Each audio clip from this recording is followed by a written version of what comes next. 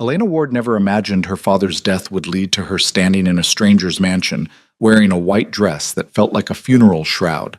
The man across from her, Luca Valenti, was everything the whispers promised: cold eyes, dangerous presence, and a reputation that made grown men disappear. "You belong to me now," he said, and she realized the debt her father left behind wasn't measured in money. It was measured in her. If you want to see how a forced marriage becomes something neither of them expected, stay until the end, hit that like button, and comment your city so I can see how far this story reaches. Now, let's begin. The rain fell like accusations against the windows of St. Mary's Hospital, where Elena Ward stood in her scrubs, hands trembling as she read the text message for the third time. "Your father is dead. You have 48 hours to settle his debts." She didn't recognize the number. She didn't need to. In the 3 years since her mother's cancer had drained their savings, since her father had started disappearing for days at a time, coming home with that haunted look in his eyes, Elena had learned that anonymous messages were never good news. "Elena, you okay?" Sarah, her fellow nursing student, touched her shoulder gently. Elena locked her phone, forcing a smile that felt like broken glass. "Yeah, just family stuff." Family stuff. What a desperately inadequate phrase for the bomb that had just detonated in her life. She finished her shift on autopilot, her hands steady as she changed IV bags and checked vitals, even as her mind spun in desperate circles. Her father dead. Debts. 48 hours. The words cycled through her thoughts like a nightmare she couldn't wake from. By the time she reached the tiny apartment she'd shared with her father, 2 men in expensive suits were already waiting outside her door. "Miss Ward?" The taller one, dark hair, dead eyes, a scar running through his left eyebrow, didn't make it sound like a question. "We need to talk about your father's obligations." Elena's keys bit into her palm. "I don't know anything about his debts." "That's unfortunate." The second man, shorter, but somehow more menacing, smiled without warmth. "Because they're your debts now." "That's not how it works. I didn't sign anything. Your father signed plenty." Scarred eyebrow pulled out a folder, opened it to reveal documents covered in her father's familiar scrawl. "He borrowed money from people who don't forgive debts, $250,000 to be exact." The number hit Elena like a physical blow. She grabbed the door frame to steady herself. I'm a nursing student. I don't have that kind of money. I'll never have that kind of money." "We know." The shorter man's smile widened. "That's why we're here to discuss alternative arrangements." Something in his tone made Elena's skin crawl. "What kind of arrangements?" "The kind where you come with us right now, and we explain your options somewhere more private." Every instinct Elena had screamed at her to run, but she'd grown up in the Bronx, had learned early that running from men like this only made things worse. And if her father had really borrowed $250,000 from criminals, she didn't have the luxury of options. "Let me get my things." "You won't need them." Scarred eyebrow's hand closed around her arm, not quite gentle, but not violent either. "Everything you need will be provided." The car was a black Mercedes that smelled of leather and expensive cologne. They drove in silence through the rain-slicked streets, away from the Bronx, toward Manhattan, then beyond it. Elena watched the city transform through the window, neighborhoods getting wealthier, buildings getting taller, until they crossed a bridge and entered a world she'd only seen in movies. The estate sprawled across what had to be acres of manicured grounds, hidden behind walls that looked designed to keep out armies. Guards nodded as they passed through gates that closed behind them with the finality of a prison door. Inside the mansion, because it was too grand to be called anything else, a woman in her 50s with silver hair and kind eyes met them at the door. "Miss Ward." Her accent was Italian, softened by years in America. "I'm Maria. I'll be helping you prepare." "Prepare for what?" Maria's expression flickered with something that might have been pity. "For the ceremony, dear. Come, we don't have much time." Elena let herself be led through hallways lined with art that probably cost more than her entire neighborhood, up a sweeping staircase, into a bedroom suite larger than her whole apartment. On the bed lay a white dress. Not a wedding dress exactly. Too simple, too severe, but unmistakably bridal. "No." Elena backed toward the door. "No, I'm not. Whatever this is, I'm not doing it." Maria's hands were gentle as she guided Elena to sit. "I know you're frightened, but Mr. Valenti has given his word that you won't be harmed." "Mr. Valenti." Elena's laugh came out broken. Luca Valenti? The Luca Valenti? Even she had heard the name. Everyone in New York had heard it, whispered like a curse or a prayer, depending on who you owed. Luca Valenti, who controlled half the city's underground. Luca Valenti, whose enemies disappeared without a trace. Luca Valenti, who supposedly killed a man with his bare hands before he turned 21. He's waiting for you. Maria's voice remained calm, steady, as if this were a normal evening. The dress will fit. I made sure of it. How did you know my size? Maria didn't answer, just began unbuttoning Elena's coat with practiced efficiency. 40 minutes later, Elena stood in front of a mirror, barely recognizing herself. The dress fit perfectly, too perfectly. Simple white silk that fell to her ankles, long sleeves, high neck, like something designed to make her look innocent, virginal. Maria had left her hair down, just brushed until it shone, and applied minimal makeup. You look beautiful, Maria said softly. He'll be pleased. Elena met her own eyes in the mirror. They looked hollow. I didn't agree to this. Your father agreed for you. My father is dead. Yes. Maria's reflection showed genuine sadness. I'm sorry for your loss, but his debts survive him. The ceremony, if it could be called that, took place in a library that smelled of old leather and older money. Floor-to-ceiling bookshelves, a fireplace that could fit a person standing upright, Persian rugs that probably cost more than a car. And in the center of it all, backlit by the fire, stood Luca Valenti. He was younger than she'd expected, 30, maybe 32, with the kind of face that would have been beautiful if it weren't so cold. Dark hair, darker eyes, sharp features that could have been carved from marble.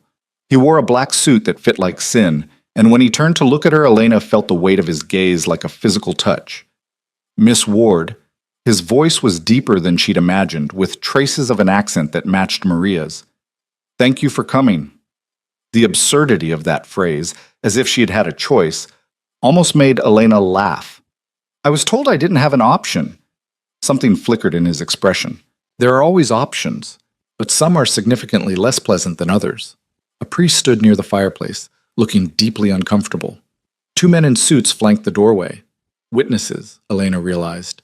Or guards. Probably both. I won't do this. Elena's voice came out steadier than she felt. You can't force me to marry you. No? Luca moved closer, and Elena fought the urge to retreat. Up close, he was even more devastating and more dangerous. Tell me, Miss Ward, what do you think happens to people who default on debts to my family? I didn't borrow anything from you. Your father did. He signed documents making you his guarantor. Luca pulled papers from his jacket, unfolded them. Your signature. Or a very good forgery. Elena grabbed the papers, scanning them with growing horror. Her name, her signature, forged, had to be forged, but it looked eerily accurate. This is fraud. I'll go to the police and tell them what? That your father borrowed money from a criminal organization, forged your signature, and died leaving you responsible? Luca's tone suggested he knew exactly how that conversation would go. The police don't help people like us, Miss Ward. They look the other way and count their bribes. Then I'll refuse. I'll declare bankruptcy. Your roommate from nursing school, Sarah Chen. Luca's casual tone made the words more threatening. She lives on Mott Street, apartment 4B, has a younger brother starting at Columbia this fall. Elena's blood turned to ice. Don't you dare. Or perhaps your friend Marcus from the hospital, the one who walks his dog in Riverside Park every morning at 6. Luca's eyes never left her face. Or Dr. Patterson, who stayed late to write you that recommendation letter. Should I continue? The message was crystal clear. Refuse, and everyone she cared about would pay the price. You're a monster. The words scraped Elena's throat raw. Yes. No denial, no justification, just that simple, terrifying agreement. But I'm a monster who keeps his word. Marry me, and your father's debt dies with him. You'll be protected, provided for, and everyone you love stays safe. Refuse. He let the sentence hang, unfinished, and all the more menacing for it. Elena looked at the priest, who wouldn't meet her eyes. At the guards, expressionless as statues. At Maria, standing in the doorway with tears on her cheeks. And finally, at Luca Valenti, who watched her with an intensity that felt like drowning. She had no choice. She'd had no choice from the moment those men appeared at her door. If I do this, Elena's voice shook, what happens to me? You become my wife. You live here under my protection. You want for nothing. Except freedom. Freedom is overrated. Luca gestured to the priest. Father Dominic, please begin. The ceremony was a nightmare wrapped in ritual. Elena spoke her vows like a woman reciting her own death sentence, her voice barely above a whisper. Luca's responses came firm and clear, as if this were a business transaction he'd negotiated successfully. When Father Dominic said, "You may kiss the bride," Elena flinched. Luca noticed. Something crossed his face, too quick to identify, before he simply took her hand instead, pressing his lips to her knuckles. "We'll save that for when you're willing." The words should have been reassuring. Instead, they felt like a promise, or a threat. After the witnesses signed documents that meant nothing and everything after Father Dominic fled like a man escaping purgatory, Elena found herself alone with her new husband in a library that felt like a beautiful cage. "Maria will show you to your room." Luca poured himself a drink, whiskey, from the smell. "You'll have everything you need. If you require anything else, tell her." "My room?" Elena's exhausted brain struggled to process. "Not yours?" Luca's laugh was brief and bitter. "I'm a monster, Miss Ward, but I'm not that kind of monster. When you come to my bed, it will be because you choose to, not because I forced you. That's never going to happen." "We'll see." He turned to face the fire, dismissing her. "Get some rest. Tomorrow we discuss the rules." Elena wanted to scream, to throw something, to do anything but accept this insane reality. Instead, she followed Maria through more hallways, up another staircase, into a bedroom that could have housed a family. "There are clothes in the closet, all your size." Maria gestured around the room. "Bathroom through there. If you need anything, press this button." She indicated a panel by the bed. "I'll come immediately." "Maria." Elena caught her arm before she could leave. "How long have you worked for him?" 23 years, since he was a boy." "Is he really as dangerous as they say?" Maria's expression softened with something complicated. Loyalty, affection, and yes, fear. "More dangerous than you can imagine, dear, but also more complicated. Try to sleep. Things will look different in the morning." Alone, Elena explored her cage. The closet held clothes that were indeed her size, designer labels she recognized from magazines. The bathroom was marble and gold, with a tub big enough to swim in. Floor-to-ceiling windows showed the grounds, beautiful and imprisoning. She found her phone in her coat pocket. They'd let her keep it, surprisingly, and pulled up Sarah's number. Her thumb hovered over the call button before she remembered Luca's casual threat. He knew where Sarah lived. Knew about Marcus and Dr. Patterson. Calling would only put them in danger. Elena deleted the half-written text and threw the phone across the room instead. It hit the wall but didn't break. Even her rebellion was ineffective. She didn't sleep. How could she? Every time she closed her eyes, she saw Luca's face, heard his voice.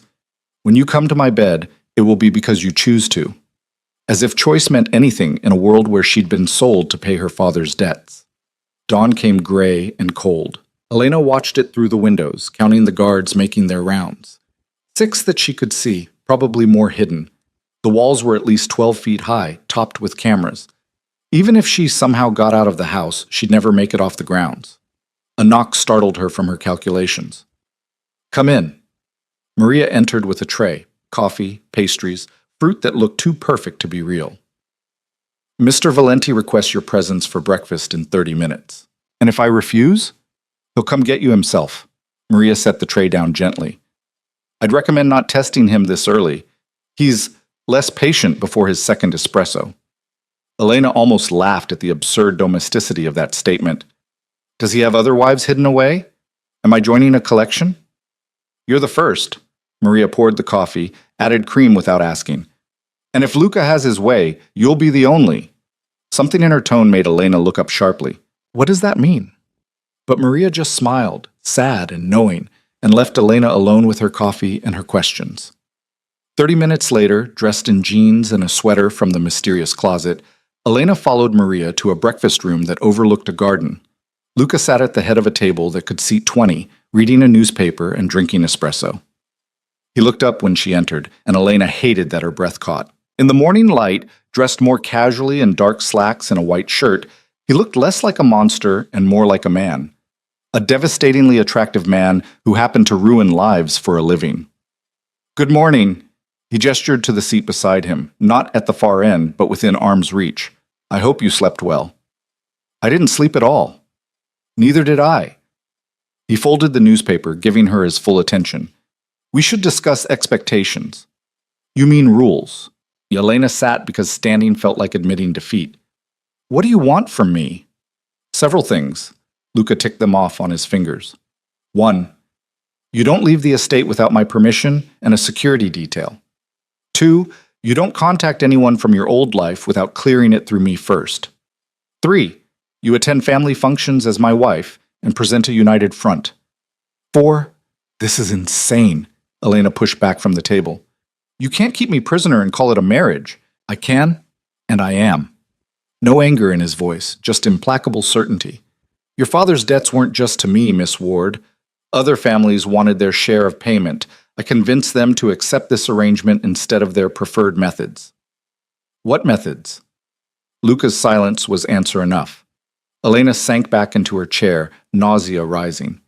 Why?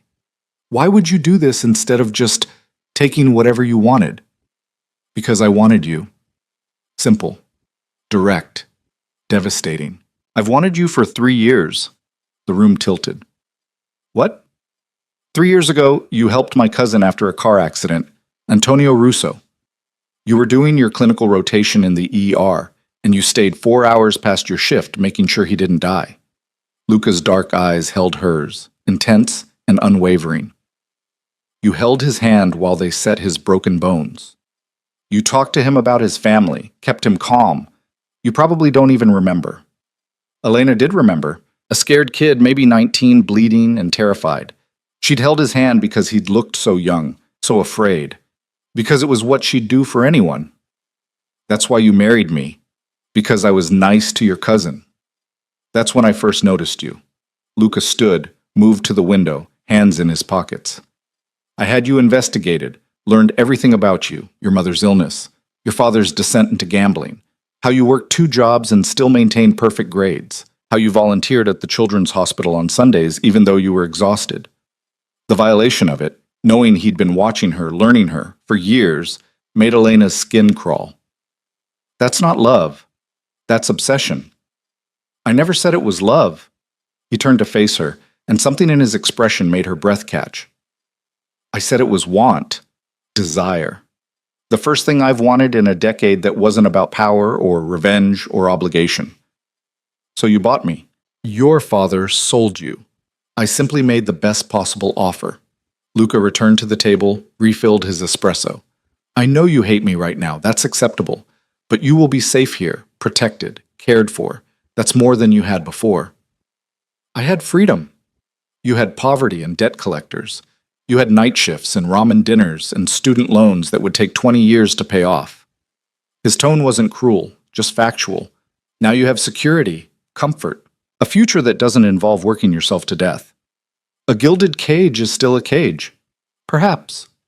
Luca sat again, close enough that she could smell his cologne, something dark and expensive. But it's the cage you're in, Miss Ward. You can spend your time fighting it, or you can accept it and make the best of your situation. Don't call me Miss Ward. If I'm your wife, use my name. Something flickered in his eyes. Satisfaction, maybe. Elena. Hearing her name in his voice felt intimate in a way she wasn't prepared for. She looked away, focusing on the garden beyond the windows. The rules. You said there were more. Yes. Luca's tone shifted, became more businesslike. You'll need new documentation. Passport, license, credit cards, all in your married name. I'll have them prepared. What if I refuse to take your name? It's not optional. No room for negotiation in those words. In my world, a wife takes her husband's name. It's expected. Your world? Elena's laugh was sharp. You mean the criminal underworld? Forgive me if I don't care about their expectations. You should care.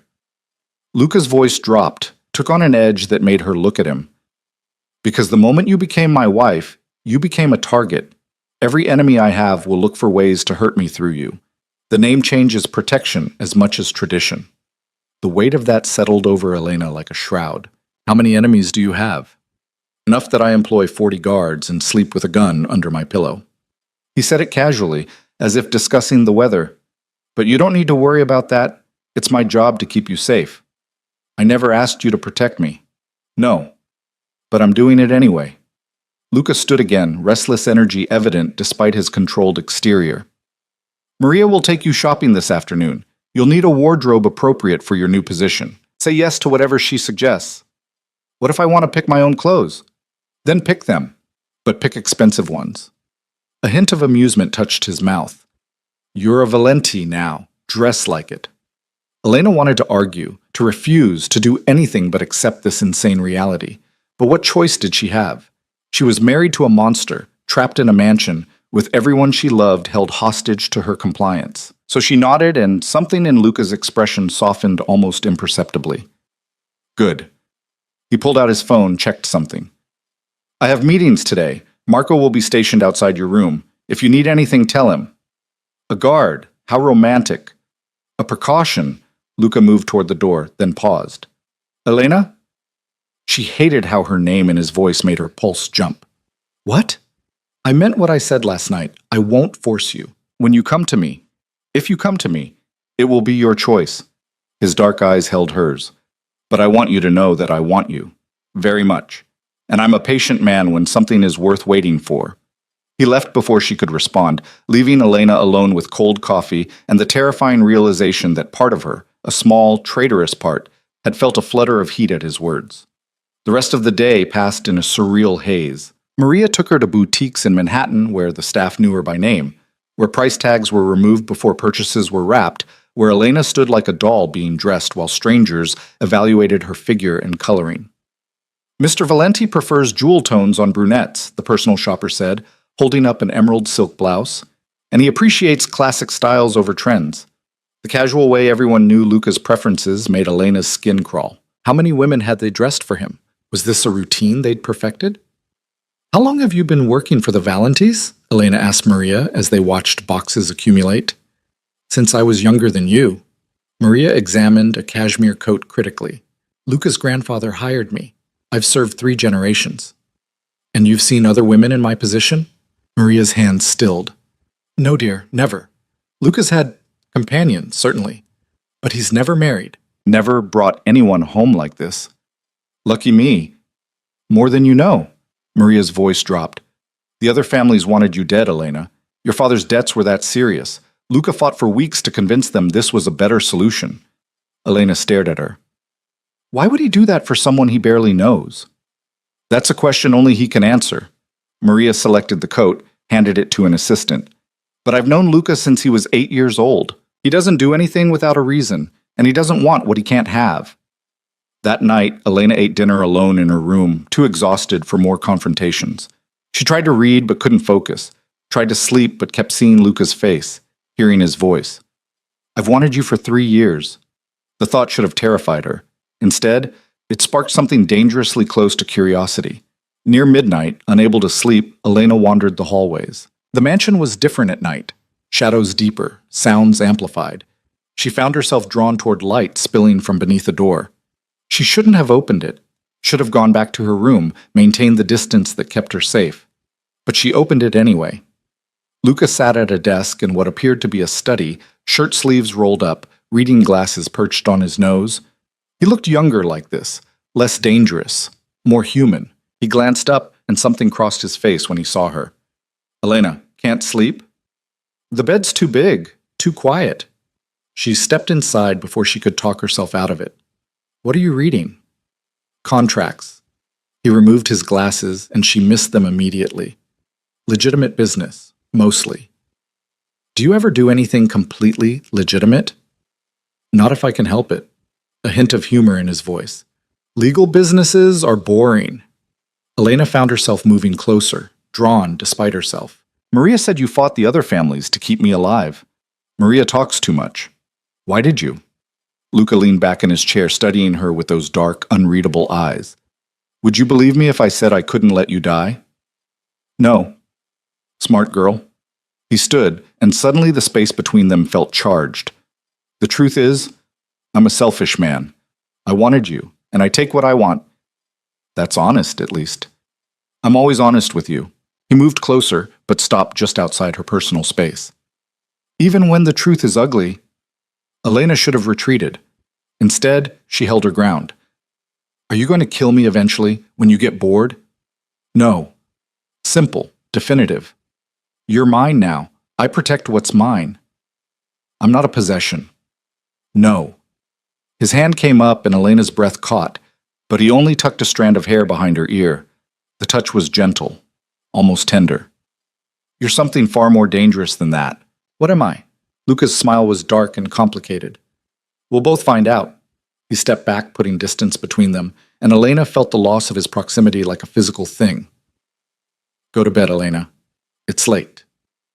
She should have been relieved at the dismissal. Instead, she felt disappointed. Good night, Luca. His name felt strange on her tongue. Intimate. She left before she could do something foolish like ask to stay. Back in her room, Elena lay awake for hours, trying to understand what was happening to her. She should hate him, did hate him.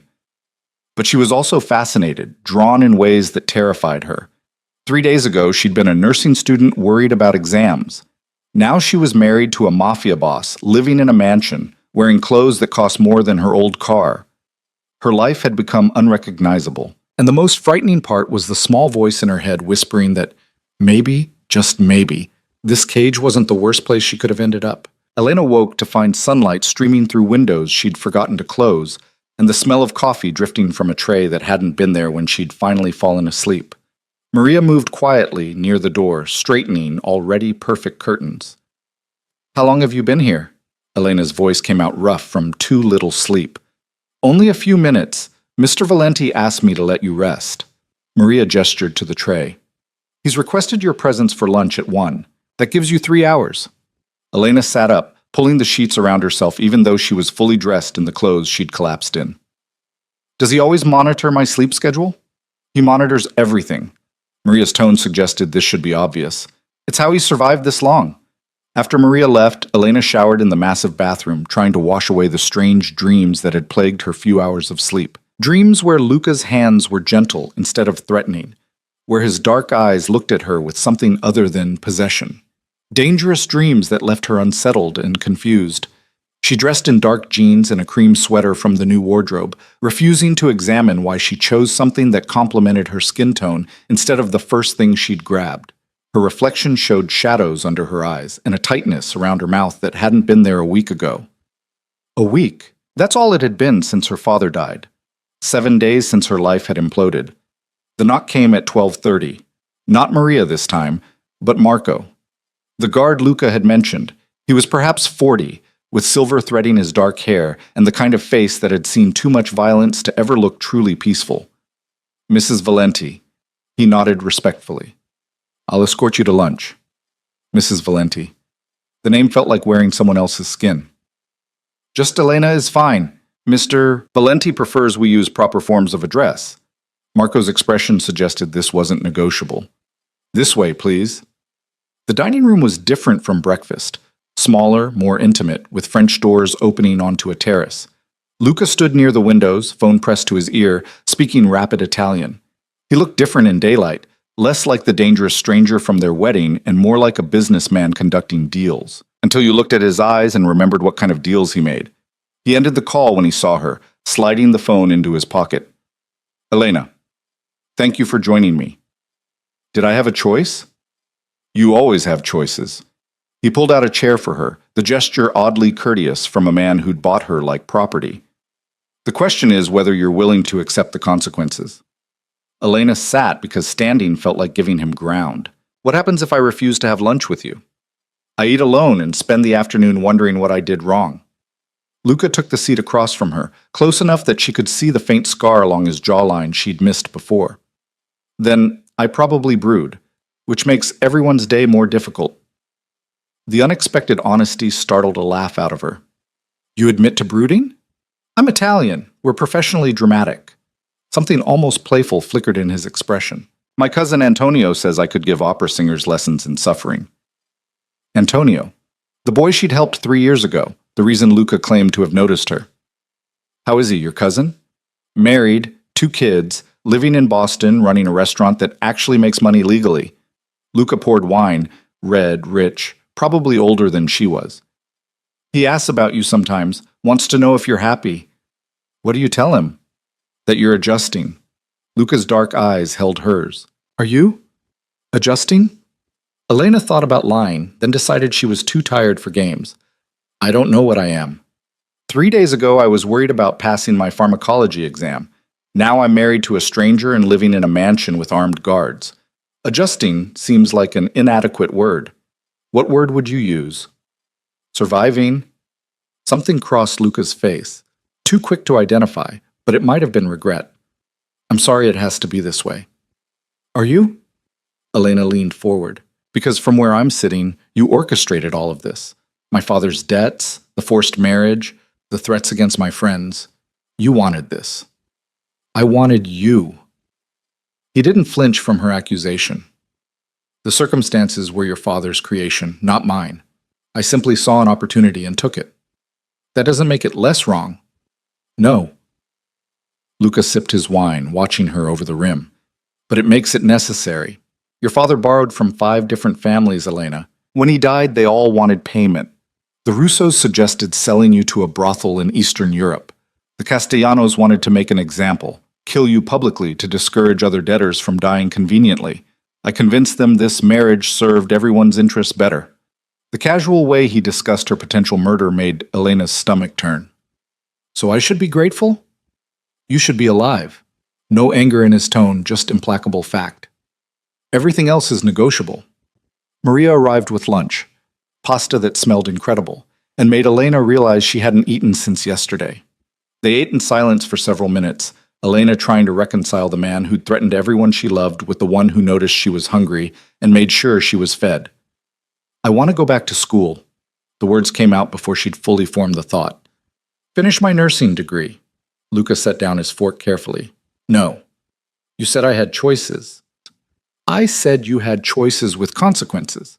Going back to school puts you in public, exposed, vulnerable. I can't protect you there. So I'm supposed to just give up everything I worked for? Elena's voice rose despite her attempt at control. 4 years of studying, debt I'll be paying off for decades, all of it for nothing? I'll pay off your student loans. Luca's tone suggested this was obvious. And you didn't give up your education. You traded it for survival. That's not the same thing. No, it's better.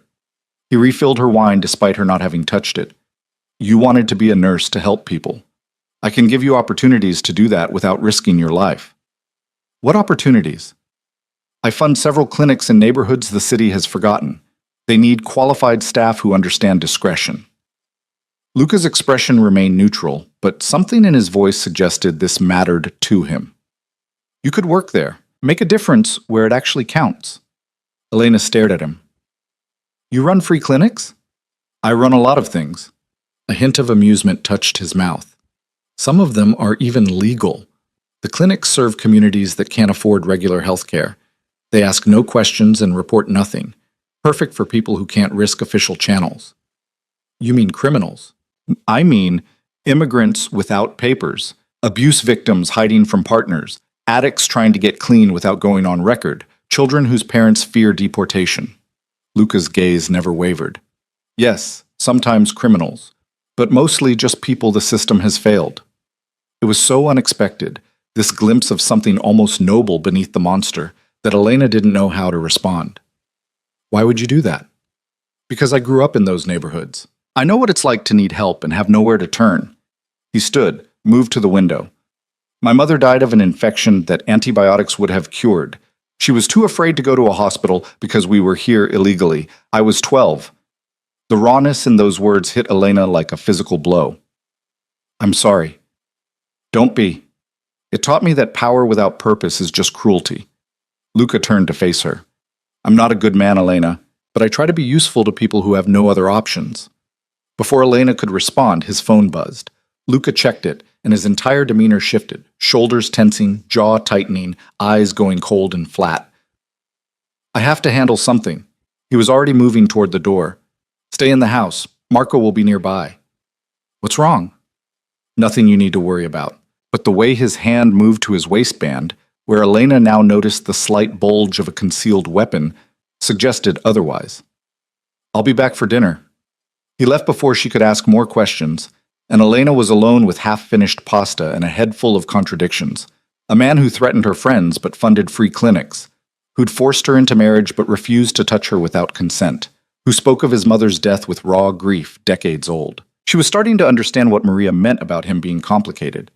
The afternoon stretched endlessly. Elena tried to read, but concentration proved impossible.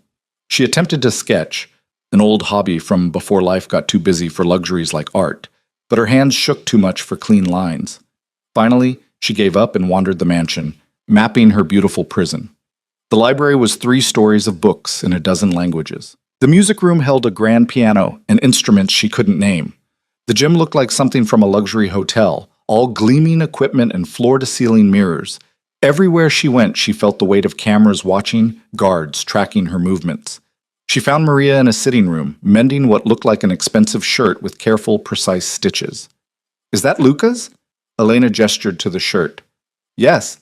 He's hard on his clothes." Maria's needle moved with practiced efficiency. Bloodstains are difficult, but not impossible.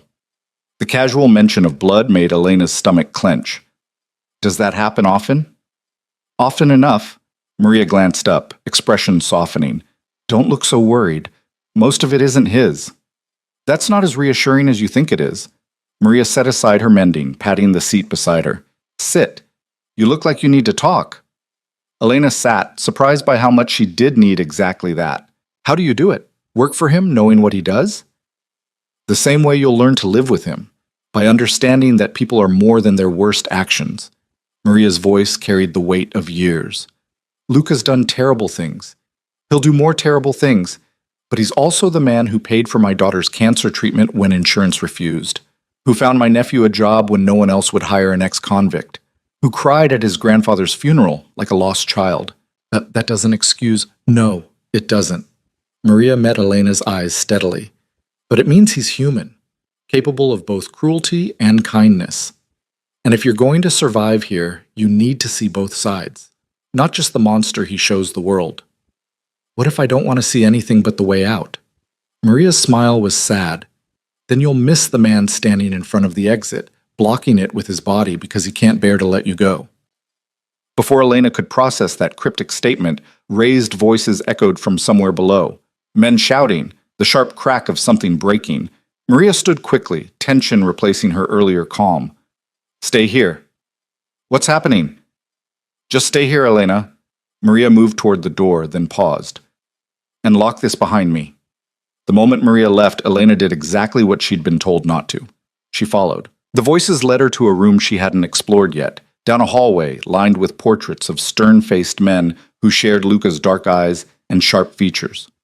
The door was cracked open, and through it, Elena could see Luca surrounded by 4 men, all shouting in Italian too rapid for her limited understanding. But she understood Luca's body language perfectly. The coiled tension, the dangerous stillness that preceded violence. She'd seen it in the ER when patients finally snapped, when holding back stopped being an option. One of the men, older, gray-haired, with the kind of face that suggested he smiled rarely and meant it never, stepped into Luca's space. Aggressive. Challenging. "Your sentimentality is weakness," he said in accented English. "The girl is a liability. Dispose of her and take what the father actually owed." Elena's blood turned to ice. Luca's response came quiet and deadly. "Say that again, Uncle Sal. I want to be sure I heard you correctly before I break your jaw." "You've gone soft." Sal didn't back down despite the threat. "Marrying some nobody to settle a debt? Your grandfather would be ashamed." "My grandfather is dead. I lead this family now." Luca's hand moved, fast, brutal, grabbing Sal by the throat and slamming him against the wall. "And if you question my decisions again, you'll join him. Are we clear?" The casual violence of it, how quickly Luca shifted from still to striking, made Elena gasp. The sound, small as it was, carried in the sudden silence. Luca's head turned sharply, his eyes finding hers through the cracked door. For a moment, something like panic crossed his face. Then it was gone, replaced by the cold mask she was learning to recognize. He released Sal, straightened his jacket, and spoke without looking away from Elena. "We're done here. Get out." The men filed past her without meeting her eyes, Sal rubbing his throat and radiating fury. When they were gone, Luca stood alone in the room that smelled of expensive tobacco and older violence, hands in his pockets, watching her with an expression she couldn't read. I told you to stay in the house. I am in the house. Elena stepped inside, pulse racing but feet steady. That man wants me dead. Several men want you dead. Sal's just stupid enough to say it out loud. Luca moved to a bar cart, poured amber liquid into a crystal glass. He won't touch you. No one will. Because you'll kill them first? If necessary. He downed the drink in one swallow. Does that frighten you? It should have. The right answer, the sane answer, was yes. But standing in this room that still vibrated with violence, watching Luca pour a second drink with hands that had just choked a man, Elena found a different truth rising. I don't know. She moved closer, drawn by the same fascination that had led her to his study last night. You terrify me, but not in the way you think. What way, then? I keep seeing glimpses of someone underneath the monster, someone who funds free clinics and mourns his mother and looks at me like I'm something precious instead of something owned. Elena stopped within arm's reach, close enough to see his pupils dilate. That person scares me more than the one who threatens to break jaws. Luca set down his glass carefully, as if afraid sudden movement might shatter more than crystal. Why? Because I could hate a monster. That would be simple. Her voice dropped to barely above a whisper. But I don't know what to do with a man who's both. The air between them felt charged, dangerous. Luca's hand came up slowly, giving her time to retreat, and cupped her face with a gentleness that contradicted everything she'd just witnessed. You don't have to do anything. His thumb traced her cheekbone, and Elena's breath caught. Just survive me. That's all I ask. What if I want to do more than survive? The question hung between them, shocking them both. Elena didn't know where it came from, this sudden need to push, to test, to see what happened when she stepped toward him instead of away. Luca's control fractured visibly. His other hand found her waist, pulling her closer, but still not quite against him. Don't say things like that unless you mean them. What if I do mean them? Then I'll kiss you until you change your mind, until you remember I'm the man who bought you, threatened your friends, and keeps you locked in a cage. His voice had gone rough, desperate, because you deserve better than wanting me. Maybe I don't want better. Elena's hands found his chest, felt his heart racing beneath expensive fabric. Maybe I just want to feel something other than afraid. Luca's restraint shattered. He kissed her like a man starving, like she was oxygen and he'd been drowning. His hands tangled in her hair, angled her head for better access, pulled her flush against him until she could feel every hard plane of his body. Elena kissed him back with equal desperation, 3 days of tension and fear and unwanted attraction combusting into need. She'd expected him to be rough, demanding, taking what he wanted. Instead, his lips were surprisingly soft, his touch almost reverent despite the intensity. When they finally broke apart, both breathing hard, Luca rested his forehead against hers. That was a mistake. His hand still held her like he couldn't bear to let go. Probably. Elena's fingers curled into his shirt. Are you going to do it again? If you keep looking at me like that? Absolutely. He stepped back, putting distance between them that felt like a physical wound. But not today. Not when you're confused and scared and looking for any escape from feeling helpless. The accuracy of that assessment stung. You think I kissed you because I'm desperate? I think you kissed me because I'm the devil you know. Because choosing me feels like having control when everything else has been taken from you. Luca's expression was almost tender. And I'm selfish enough to take what you're offering. But I'm trying, for once in my miserable life, to be less of a bastard than I actually am. Elena wanted to argue, to insist he was wrong, but he wasn't. The kiss had been about reclaiming power as much as desire. Maybe more. So what now? Now you go back to your room. I finished dealing with family politics. Luca moved toward the door, then paused. Elena, what you saw today, me with Sal, that's the real me. The violence, the threats, the willingness to hurt anyone who challenges me. Don't forget that while you're deciding whether you want to kiss me again. He left her alone with the taste of him still on her lips and the sick certainty that she wanted to kiss him again despite everything he'd just said. Maybe because of it. The next 3 days passed in a strange limbo. Luca was polite but distant at meals, discussing neutral topics like books and weather while carefully avoiding anything personal. Elena caught him watching her sometimes with an intensity that made her skin heat, but he never acted on it, never closed the distance between them. It was driving her slowly insane.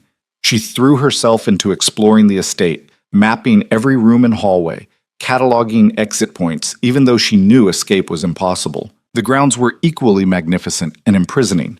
Gardens that could have come from magazines, a pool house larger than her old apartment, tennis courts she didn't know how to use.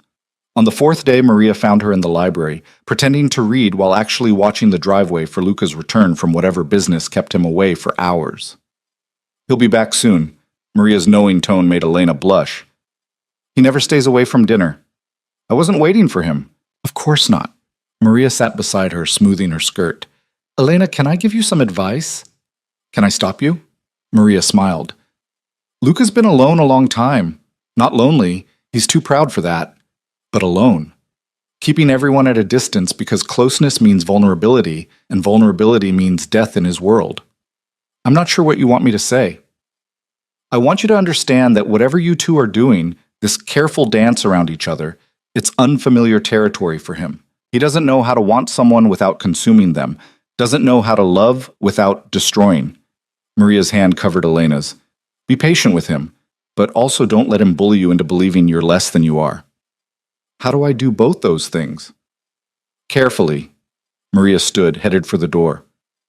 Oh, and Luca asked me to tell you he's arranged something for tomorrow. Wear comfortable clothes.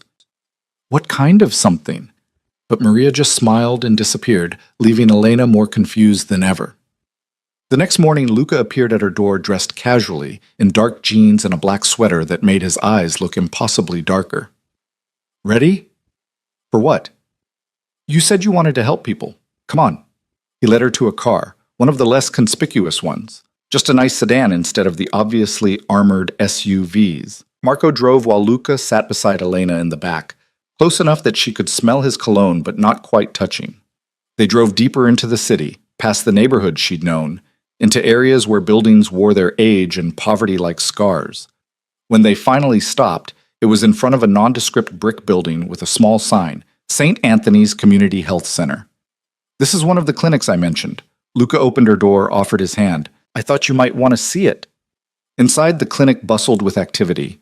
Mothers with small children, elderly men and women, teenagers with injuries they probably didn't want to explain. The staff moved efficiently, treating everyone with dignity regardless of their ability to pay. A woman in scrubs looked up when they entered, her face breaking into a genuine smile. Mr. Valenti, we weren't expecting you. I brought someone I'd like you to meet. Luca's hand found the small of Elena's back, protective and possessive. Dr. Sarah Chen, this is my wife, Elena. She's a nursing student looking for volunteer opportunities. Elena froze. Sarah? Her roommate, former roommate, stared at her in shock. Elena? Oh my God, I've been so worried. You disappeared and I couldn't reach you and... Sarah's eyes dropped to Elena's left hand, to the wedding ring she'd been trying to ignore. You got married? It's complicated. Elena shot Luca a look that promised later retribution for this ambush. Can we talk? Privately? Luca nodded toward an empty exam room. Take your time. I'll be in the director's office. Once they were alone, Sarah grabbed Elena's hands. What the hell happened? One day you're studying for exams, the next you vanished. And now you're married to... She lowered her voice. Do you know who he is? I know. Elena sank onto the exam table. My father died. Left debts. Luca settled them in exchange for this. Jesus Christ, Elena. Sarah's face cycled through shock, horror, and fury. That's not marriage. That's human trafficking. We need to call the police. We can't. Elena explained quickly about the threats, the other families, the choice between this marriage and something far worse. Sarah listened with growing horror. So you're trapped? Yes, but he's not... Elena struggled for words. He's not what I expected. Violent, yes. Dangerous, absolutely, but also not entirely terrible. Stockholm Syndrome is a hell of a drug. Sarah's tone was sharp with worry. Elena, you're making excuses for your captor. Maybe. Elena thought about the kiss, about Luca's restraint, about free clinics that served people others ignored. Or maybe people are more complicated than good and evil. That's exactly what he wants you to think. Before Elena could respond, shouting erupted from the waiting room. Both women rushed out to find two men arguing, one bleeding from his arm, the other wielding a knife. "He sold to my sister," the armed one screamed. "Got her hooked, and now she's dying." Everything happened fast. The bleeding man tried to run. The knife wielder lunged, and Elena moved without thinking, putting herself between them. "Stop!" Her voice cracked like a whip through the chaos. "This is a clinic. Nobody dies here." The man with the knife stared at her like she was insane. "Get out of my way, lady!" "No." Elena's heart hammered, but her hands stayed steady, the same way they did in the ER when everything went sideways.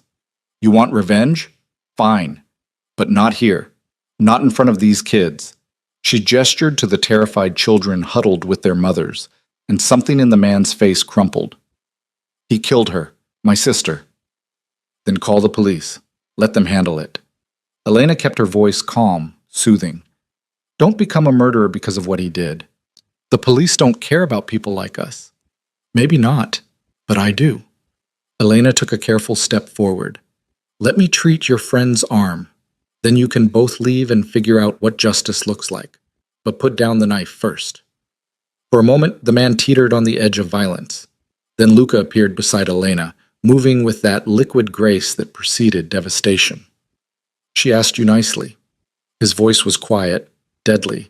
"I won't be as polite." The knife clattered to the floor. Both men ran, the bleeding one leaving a trail of red. Luca's hand closed around Elena's arm, spinning her to face him. "What the hell were you thinking?" "That someone had to stop it before someone died." "So you decided to make yourself a target?" His grip tightened, not quite painful. "Do you have any idea what could have happened?" "The same thing that happens every day in ERs across the city."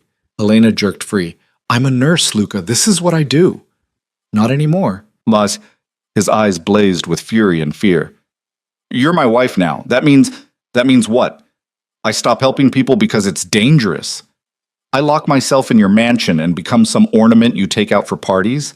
Elena's voice rose despite the audience gathering. "I won't do that. I can't." They stared at each other, the air between them crackling with tension. Finally, Luca turned to Sarah. "She can volunteer here. 2 days a week, 4-hour shifts, with Marco present at all times." His tone brooked no argument. "Any objections?"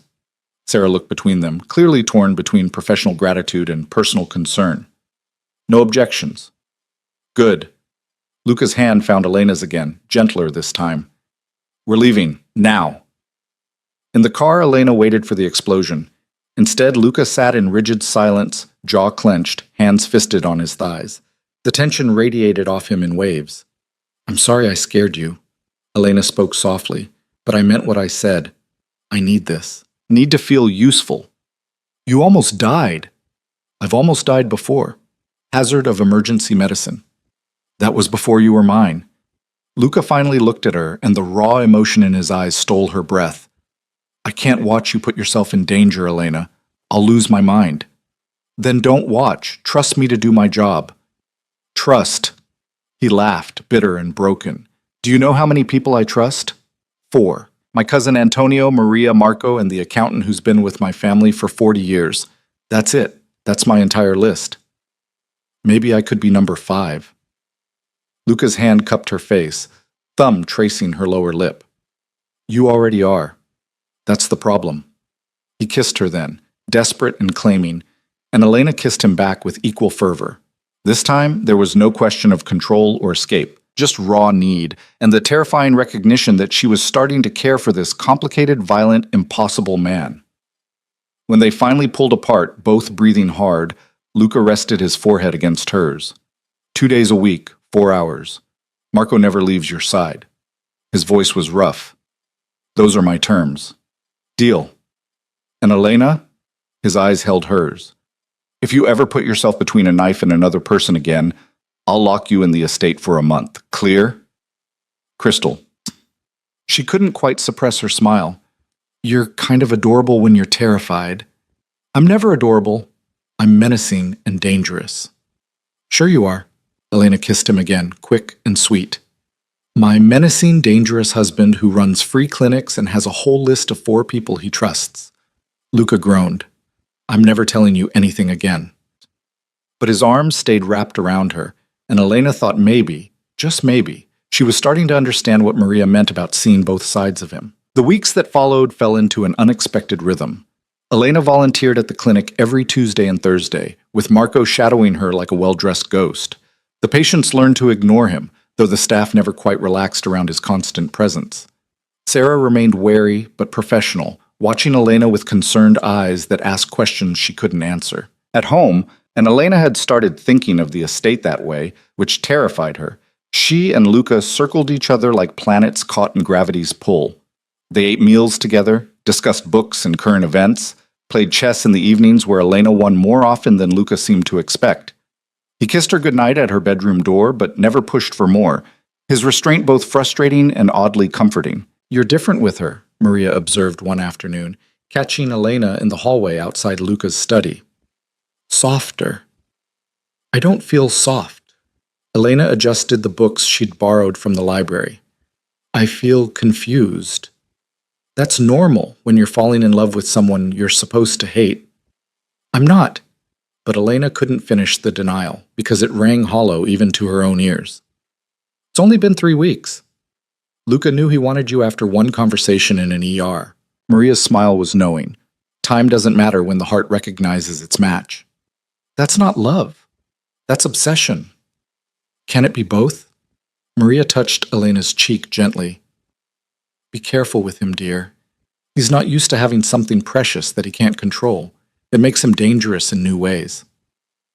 That evening, Elena found Luca in his study, paperwork spread across his desk, tension evident in the set of his shoulders. She knocked on the open door, and his face transformed when he saw her, the hard edges softening into something almost tender.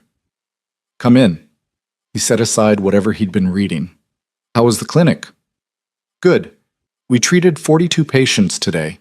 Elena settled into the leather chair across from his desk. "There was a kid, maybe 7, with an ear infection his mother couldn't afford to treat. Sarah gave her antibiotics and showed her how to use a warm compress. The relief on her face—" She trailed off, emotion catching in her throat. "That's why I fund it." Luca's voice was quiet. "Those moments when desperation becomes hope, it's worth every dollar. Why don't you tell people about the clinics, the community programs?" Elena leaned forward. "You could change how the world sees you." "I don't want to change how the world sees me. Fear is useful. It keeps enemies cautious and allies loyal." His dark eyes held hers. "I only care how you see me." The admission hung between them, vulnerable and dangerous. Elena's pulse quickened. "How do you want me to see you?" "Honestly?" Luca stood, moved around the desk until he was close enough to touch. "I want you to see both the monster and the man, and choose to stay anyway. What if I can't separate them? What if they're the same person? Then I'm more lost than I thought." He cupped her face, thumb tracing her cheekbone with devastating gentleness. "Because the monster deserves to be hated, but the man is starting to hope for something better." Elena rose, closing the distance between them, until their bodies nearly touched. "What does the man hope for?" "You." The word came out rough, desperate. "In every way I can have you. But I won't take what isn't freely given." "What if I want to give it?" Elena's hands found his chest, felt his heart racing beneath her palms. "What if I'm tired of waiting for permission to want you?" Luca's control fractured. He kissed her with barely restrained hunger, hands tangling in her hair, pulling her flush against him. Elena responded with equal desperation, weeks of tension igniting into need. When he lifted her onto the desk, scattering papers, she wrapped her legs around his waist and pulled him closer. "Elena." Her name was a prayer and a warning. "If we do this, I won't be able to let you go. I'm barely holding on as it is." "Then stop holding on." She kissed him again, pouring 3 weeks of confusion and anger and unwanted attraction into the contact. "Stop treating me like I'm fragile. I'm not." "No." His lips moved to her neck, finding the pulse point that made her gasp. "You're the strongest person I've ever met. That's why I'm terrified of breaking you." Before Elena could respond, the door burst open. Marco stood in the doorway, face grim, weapon drawn. "We have a problem. The Castellanos just breached the north gate." Luca's transformation was instant. The tender lover vanished, replaced by the cold-blooded leader Elena had glimpsed with his uncle. He set her down carefully, straightened his jacket, and his voice came out deadly calm. How many? 8 that we've counted, maybe more. Marco's eyes flicked to Elena. They're asking for her. Elena's blood turned to ice. Why? Because you're my weakness. Luca pulled a gun from his desk drawer, checked the magazine with practiced efficiency. And they want to exploit it. I don't understand. You said the marriage settled everything. I lied. Luca's gaze met hers, something like apology in those dark depths. The marriage satisfied your father's debt, but the Castellanos never agreed to the terms. They want what they think they're owed. Which is? You. Alive or dead, they don't particularly care which. He moved toward the door, barking orders into his phone in rapid Italian. Marco, get her to the safe room. Now. No! Elena grabbed his arm. I'm not hiding while you fight my battles. This isn't your battle. It's mine. And you're going to the safe room if I have to carry you there myself. Luca's expression softened marginally. Please, Elena. I can't focus on keeping us alive if I'm worried about you getting caught in crossfire. The sound of gunfire erupted from somewhere below. Close. Too close. Go! Luca pushed her toward Marco, who grabbed her arm and pulled. Get her locked down. Nobody gets through that door. Nobody. Marco dragged Elena through hallways that suddenly felt like a labyrinth. The mansion had transformed from elegant prison to active war zone. Guards running with weapons, Maria ushering staff into secure rooms, the sharp reports of gunfire echoing through marble and wood. This way. Marco pulled her down a hallway she'd never explored, to a door that looked like ordinary oak but opened onto reinforced steel. Inside, the safe room was exactly what it sounded like. Windowless concrete, shelves stocked with water and supplies, monitors showing camera feeds from around the estate. Elena watched Marco input a code on a keypad inside. Once I close this, only Mr. Valenti or I can open it from outside. Don't open it for anyone else, no matter what they say. Marco's expression was grave. Understand? How long? As long as it takes. He pressed something into her hand. A phone. If something happens to Luca and me, call this number. They'll get you out. Marco. But he closed the door before she could finish, and the heavy locks engaged with a finality that made Elena's chest tighten. She was alone in a concrete box while the man she was starting to love fought for his life one floor below. The monitors showed chaos. Men in dark clothes swarmed the grounds, exchanging fire with Luca's guards. On one screen, she watched Luca move with lethal grace, taking down attackers with brutal efficiency. He wasn't just defending, he was hunting, each movement precise and deadly. On another monitor, 3 men broke through a side entrance, heading deeper into the mansion. Elena's breath caught when she recognized their trajectory. They were heading for the safe room's location. Somehow, they knew where to find her. Her phone buzzed, a text from an unknown number. They have the floor plans. Someone inside gave them up. Lock stays engaged no matter what you hear. Elena's hands shook as she typed back, Who is this? Antonio, Luca's cousin. He sent me your number weeks ago in case of emergency. This qualifies. Another text followed immediately. He's going to do something stupid to protect you. Talk him down if you get the chance. He actually listens to you. On the monitor, Luca appeared in the hallway outside the safe room. Blood stained his white shirt, his or someone else's. Elena couldn't tell. He faced the 3 men who'd tracked her location, and even through the grainy footage, she could see his cold fury. You want her? Luca's voice came through the monitor's audio feed. You go through me first. The first attacker raised his weapon. Luca moved faster, disarming him with vicious efficiency, and using the man's body as a shield when the others opened fire. The fight was brutal and brief. Luca fought like someone with nothing left to lose, every move designed to incapacitate or kill. When it was over, 3 bodies lay in the hallway, and Luca stood over them, chest heaving, knuckles bloody. He looked directly at the camera. Elena, if you can hear me, I'm coming in. Don't shoot. The locks disengaged. The door opened. And there he was, backlit by emergency lighting, looking like every dark fantasy and worst nightmare combined. His shirt was torn, blood splattered across his face and hands, eyes burning with barely controlled violence. Are you hurt? His voice was steady despite his appearance. No. Are you? Elena moved toward him without thinking, hands reaching to assess the damage. Nothing serious. He caught her hands, held them still. We need to move. They had inside information. Someone told them about this room. It's not safe. Where? Gunfire erupted again, closer this time. Luca shoved Elena back into the safe room, positioning himself in the doorway as 4 more attackers rounded the corner. His weapon rose, fired 3 times with devastating accuracy. 2 men dropped. The others retreated. How many of them are there? Elena's voice came out steadier than she felt. Too many. Luca ejected his spent magazine, loaded a fresh one. They sent 20 men for you, Elena. 20. That's not just debt collection. That's a message. What message? That I chose wrong when I chose you over family politics. He glanced back at her, expression unreadable. My Uncle Sal convinced the Castellanos that you're making me weak, that I'm compromising our position for personal reasons. Are you? Absolutely. No hesitation, no shame. And I'd do it again. But that doesn't mean I can let them take you. Marco appeared at the end of the hallway, firing as he ran. Boss, South Wing is secure. We've got them pinned in the east courtyard. Survivors.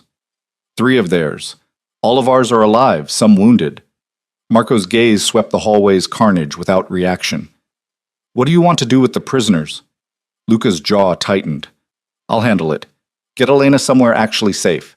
Use the tunnel to the garage, take the armored car to the brownstone in Brooklyn. Stay there until I call. I'm not leaving you. Elena stepped forward, chin raised despite her racing heart. If they're here because of me, You should survive this. Luca's hands framed her face, thumbs brushing away tears she didn't realize she'd shed. That's all that matters. You surviving. What about you surviving? I've survived worse. He kissed her, hard and desperate. Go with Marco, please. The plea broke something in Elena's chest. She nodded, unable to speak past the lump in her throat. Marco led her down a staircase hidden behind a bookshelf, through a tunnel that smelled of earth and old concrete, into a garage that housed cars worth more than most houses. He got her into an SUV that felt like a tank, all reinforced panels and bulletproof glass. Where's the brownstone? Elena's voice sounded hollow in the confined space. Park Slope. It's registered under a shell company. Nobody knows about it except family. Marco pulled out of the garage into a night that had gone quiet and dangerous. You'll be safe there. What about Maria, the other staff? Already evacuated to secondary locations. Mr. Valenti had protocols in place. Marco's eyes met hers in the rearview mirror. He's been preparing for something like this since the day you arrived. Because he knew I'd make him a target. Because he knew loving you would change everything. Marco's tone was matter of fact. I've worked for Luca for 12 years. Never seen him like this. Desperate. Willing to burn bridges with other families to keep you safe. Elena leaned her head against the window, watching the city blur past. I didn't ask for any of this. No, but you're handling it better than most would. Marco turned onto a tree-lined street, pulled up to a brownstone that looked like any other in the neighborhood. We're here. Stay close. Inside, the brownstone was smaller than the estate, but just as carefully appointed. Comfortable furniture, modern kitchen, windows with security shutters that Marco immediately engaged. He did a sweep of every room before returning to where Elena stood in the living room, still in shock. You should rest. Marco gestured to the stairs. Bedrooms are on the 2nd floor. I'll be down here. I can't sleep. Not while he's... Elena's voice broke. What if something happens to him? Then I get you out of the country and into hiding until the dust settles. Marco's expression was grim. Those were his orders. I won't run. You will if it keeps you alive. Marco's phone buzzed. He checked it, tension easing marginally. It's over. All hostiles neutralized. Mr. Valenti is en route. Relief flooded through Elena so powerfully her knees weakened. She sank onto the couch, hands shaking with delayed reaction. How long? 20 minutes, maybe 30, depending on cleanup. Those 30 minutes felt like hours. Elena paced, unable to sit still, imagining every worst-case scenario. What if he was hurt worse than Marco knew? What if there were more attackers waiting? What if this was just the beginning?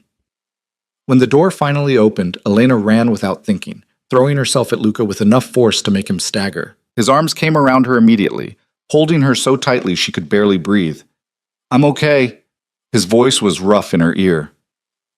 I'm okay, Elena. She pulled back enough to see his face.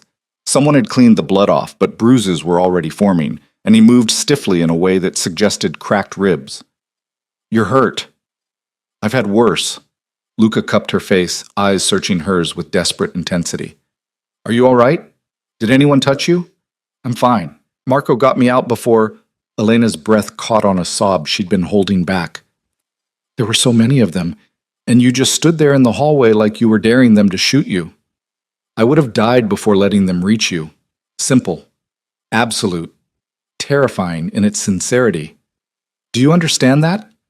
I would burn the entire city down before I let anyone hurt you. That's insane. Yes.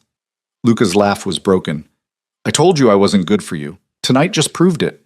Marco cleared his throat discreetly. I'll give you two some privacy. Perimeter is secure, but I'll do another sweep. When they were alone, Luca moved to the couch, wincing as he sat. Elena followed, carefully examining the way he favored his left side. Let me see. She reached for his shirt, and he let her unbutton it with hands that only trembled slightly. Beneath, his torso was a canvas of bruises and one shallow knife wound that had been hastily bandaged. This needs proper treatment. It's fine. It's not fine. You could have internal bleeding, broken ribs. Elena. Luca caught her hands, stilled their frantic movement. I'm okay. Bruised and pissed off, but okay. This happened because of me. Guilt crashed over her in waves. Because you chose to protect me instead of what? Throwing you to the wolves to maintain political alliances? Luca's eyes blazed. I'd make the same choice every single time. You're worth more than 1,000 alliances. People could have died tonight because you wanted to keep me safe. People did die tonight. 8 Castellano soldiers who made the mistake of coming after what's mine. No remorse in his voice, just cold fact. And I'd kill 8 more if they tried again. Elena pulled away, moving to the window even though the shutters blocked any view. I can't be worth this. Worth you starting a war with other families. You don't get to decide your worth to me. Luca stood despite obvious pain, came up behind her. I've spent 33 years in this life, Elena. Building power, making alliances, doing terrible things for strategic advantage. And none of it, not one single minute, has made me feel the way you do. What way? Alive. His hand settled on her shoulders, gentle despite their earlier violence. Like there's something worth protecting beyond territory and reputation. Like maybe I could be more than the monster everyone expects. Elena turned to face him, and the vulnerability in his expression broke something open in her chest. You are more. You've always been more. I just wasn't ready to see it. And now? Now I'm terrified. She stepped closer, closing the distance between them. Because I'm starting to understand what Maria meant. You're dangerous in new ways when you have something you can't control. I don't want to control you. Luca's voice dropped to barely above a whisper. I want you to choose me, freely, knowing exactly what I am and choosing me anyway. What if I already have? The words hung between them, changing everything. Luca's eyes widened, hope and disbelief warring in his expression. Elena, I watched you tonight on those monitors, saw you fight 8 men to keep them from reaching me, saw you willing to die in that hallway. Her hands found his chest, felt his heart racing beneath her palms. No one's ever fought for me like that. No one's ever made me feel like I was worth burning the world down for. You are. His forehead touched hers. You're worth everything. Elena kissed him, pouring weeks of confusion and fear and unwanted love into the contact. Luca responded with desperate hunger, hands tangling in her hair, pulling her against him despite his injuries. When he winced, she gentled the kiss but didn't pull away. Bedroom. His voice was rough with need and pain. Before I collapse right here. She let him lead her upstairs to a room that was clearly his, masculine furniture, dark colors, windows overlooking the street. He sat on the bed carefully, and Elena moved between his legs, hands gentle on his bruised face. This is going to hurt for days. Worth it. Luca's hands found her hips, thumbs tracing circles through her clothes. Having you here, safe, choosing to stay, I'd take 1,000 beatings for this. Don't say things like that. Elena kissed his forehead, his cheekbones, the corner of his mouth. You're not allowed to get hurt for me anymore. Can't promise that. He pulled her down onto his lap, careful of his ribs. Keeping you safe is the only thing that matters now. What about the Castellanos, your uncle? The other families who think I make you weak? Let them think it. Luca's eyes were dark and determined. Tomorrow I'll deal with the political fallout. Tonight I just want to hold you and remember why I chose this fight. Elena settled against him, careful of his injuries, listening to his heartbeat steady and strong beneath her ear. What happened to the 3 prisoners? You don't want to know. I do. She pulled back to meet his eyes. If I'm choosing this life, I need to know all of it. Luca studied her for a long moment, and she saw him make the decision to trust her with the truth. I gave them a message to take back to the Castellanos, that anyone who comes after you again won't get the mercy of a quick death. And then I let them go, bleeding, terrified, but alive. His jaw tightened. I wanted to kill them. Every instinct screamed for it, but I thought about what you'd want, what you'd think of me if I gave in to that darkness. Tears pricked Elena's eyes. You let them live because of me? I'm trying to be better, for you. Luca's voice cracked slightly. It goes against everything I am, everything I've been taught. But if being with you means learning mercy, I'll try. I can't promise I'll always succeed, but I'll try. Elena kissed him again, overwhelmed by the gift he'd just given her, the attempt to be more than his worst impulses, to choose restraint over revenge because she mattered more than violence. Stay with me tonight. Luca's hands tightened on her waist. I know we haven't, that you might not be ready for. I just need you close. Please. I'm not going anywhere. Elena settled beside him as he stretched out carefully on the bed. But you need to sleep. Those ribs won't heal if you don't rest. Bossy. But he was already pulling her against him, one arm wrapped protectively around her waist. I like it. Get used to it. Elena pressed a kiss to his shoulder. If we're doing this, really doing this, I'm not going to let you destroy yourself for me. Deal. His voice was already getting heavy with exhaustion and pain. Elena? Yeah? Thank you for choosing me, even though I don't deserve it. Maybe not. She intertwined her fingers with his. But I'm choosing you anyway. She felt him relax against her, felt the moment sleep claimed him, despite his obvious attempts to fight it. And lying there in the darkness, listening to him breathe, Elena realized she'd made her decision weeks ago. Not consciously, not willingly, but inevitably. She'd fallen in love with the monster who looked at her like she was salvation itself, and there was no going back from that. Dawn crept through the shutters in thin lines of gray light, finding Elena awake and watching Luca sleep. In rest, his face lost its hard edges, the violence that lived beneath his skin temporarily hidden. She traced the bruise blooming along his jaw with careful fingers, and his eyes opened immediately, instantly alert, in a way that spoke of years living with danger. How long have you been awake? His voice came out rough with sleep and pain. A while. Your breathing changed around 4. The ribs?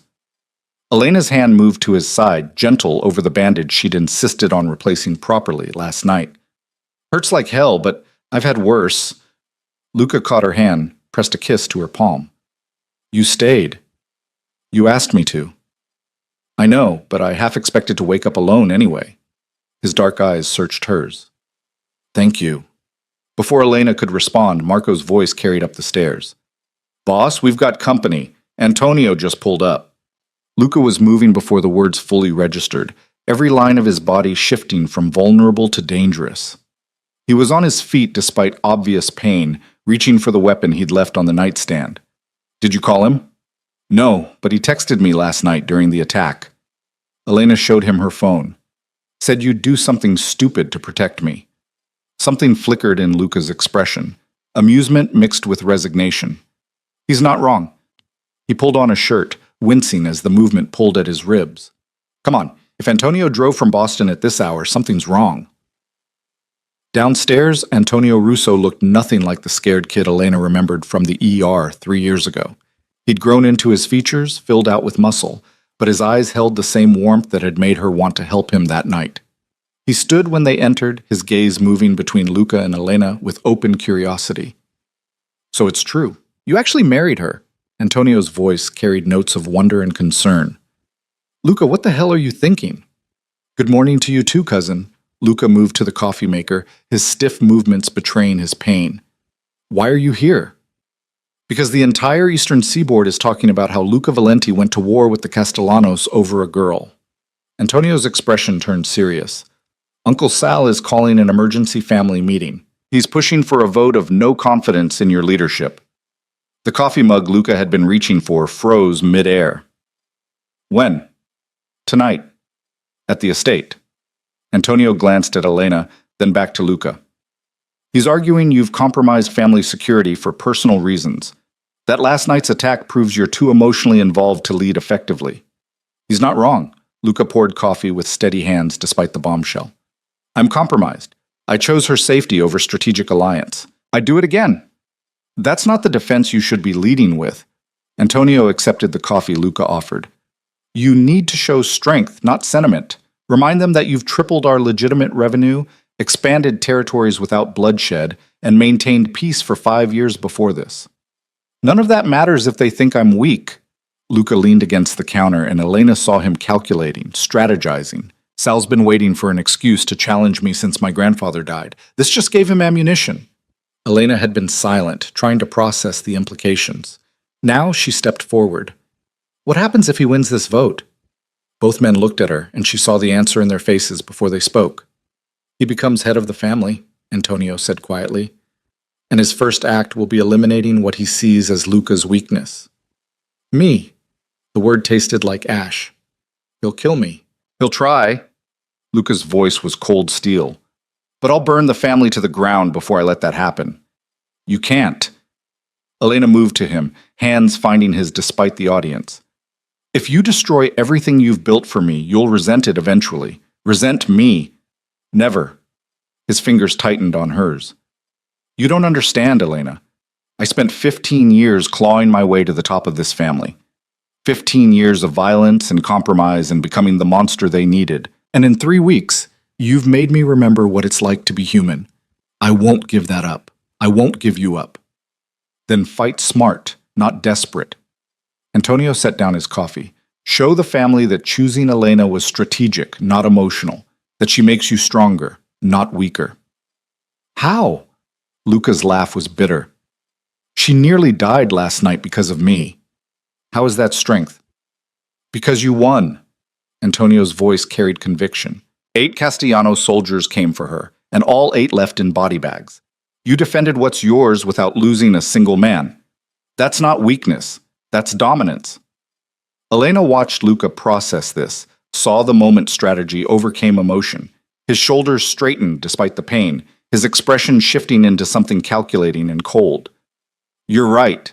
He pulled out his phone, started typing rapidly.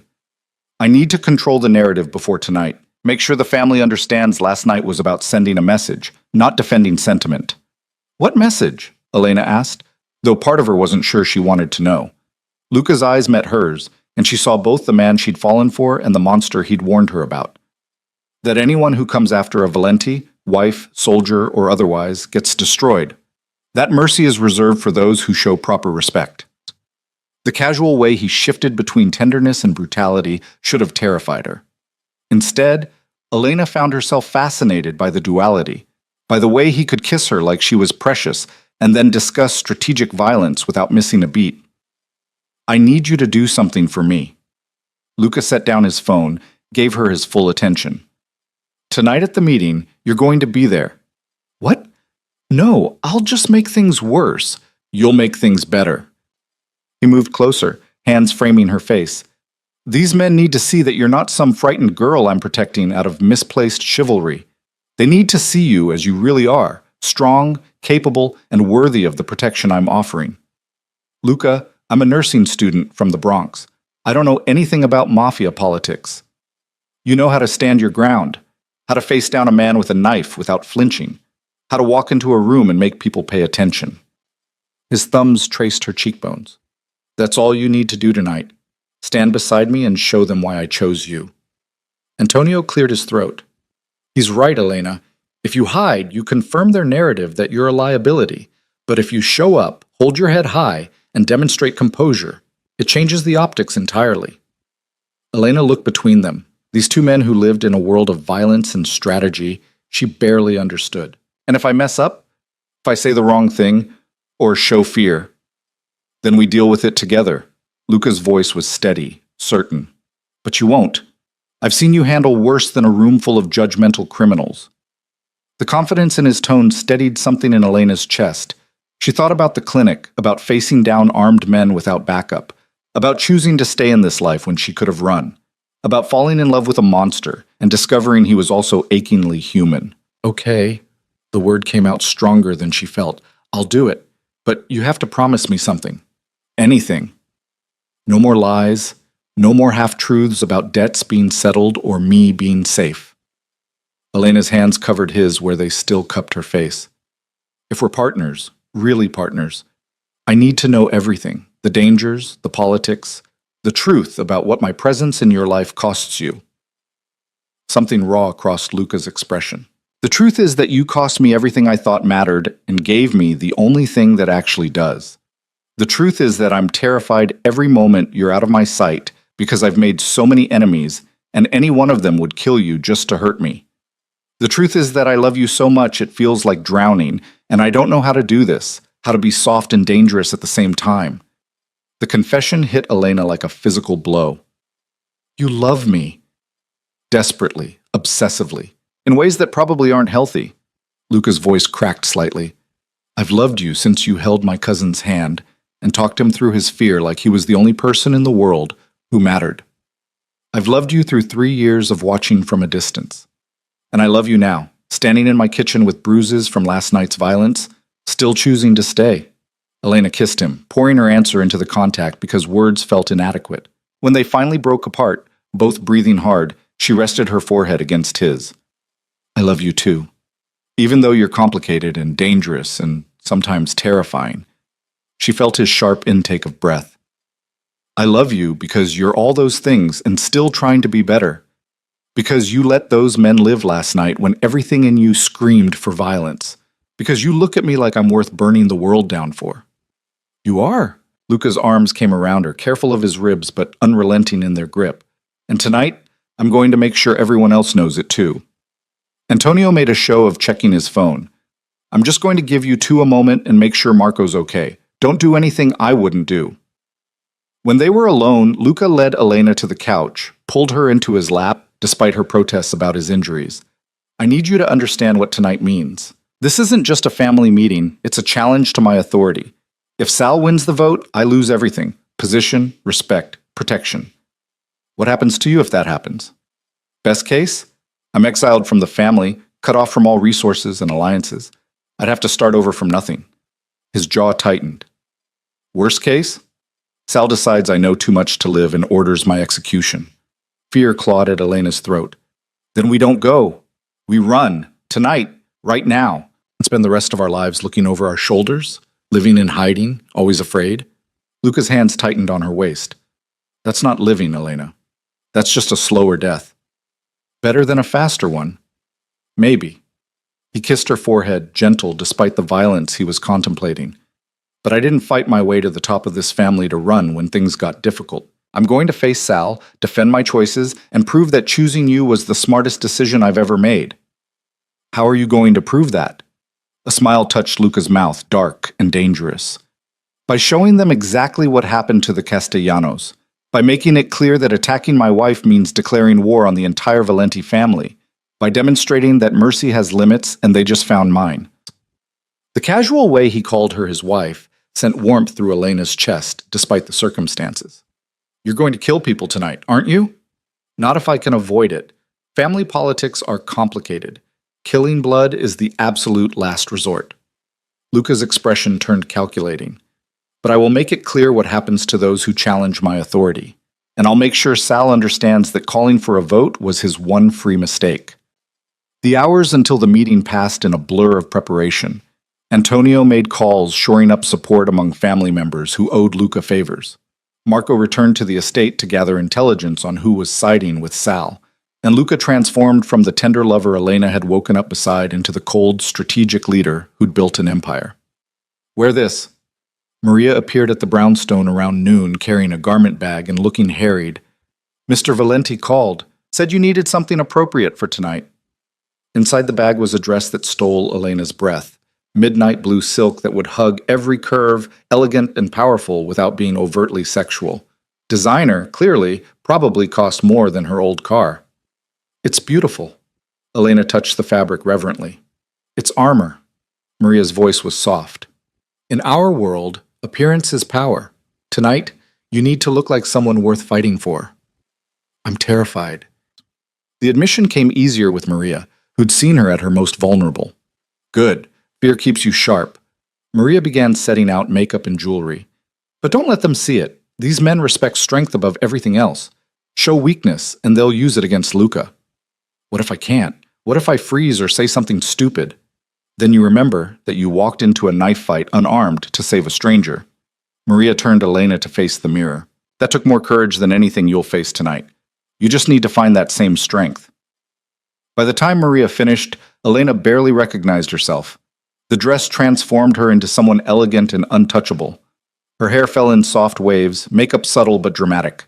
Diamond earrings, borrowed from Maria, caught the light.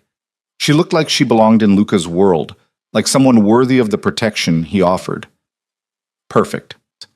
Luca's voice came from the doorway, and Elena turned to find him watching with an expression that made heat pool low in her belly. He dressed in a black suit that probably cost more than her education, looking every inch the dangerous leader he was. You're going to stop hearts tonight. Is that the goal? The goal is making them understand what I already know. He moved closer, offered his arm. That you're exactly where you're supposed to be. The drive to the estate was silent, tension thick enough to choke on. Marco drove while Antonio rode shotgun, both men armed and alert. Elena sat beside Luca in the back, their hands intertwined, drawing strength from the contact. Whatever happens tonight, Luca spoke quietly, meant only for her. I need you to trust me. Some of what I say might hurt, might sound cold or calculated, but everything I do is to keep you safe. Remember that. I trust you. And she realized it was true. Against all logic and self-preservation, she trusted this dangerous man completely.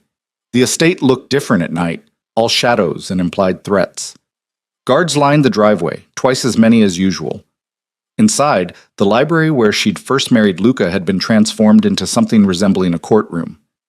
Chairs arranged in a semicircle, all filled with men in expensive suits who stopped talking when Luca entered. Uncle Sal sat in the center like a judge, satisfaction evident in his expression.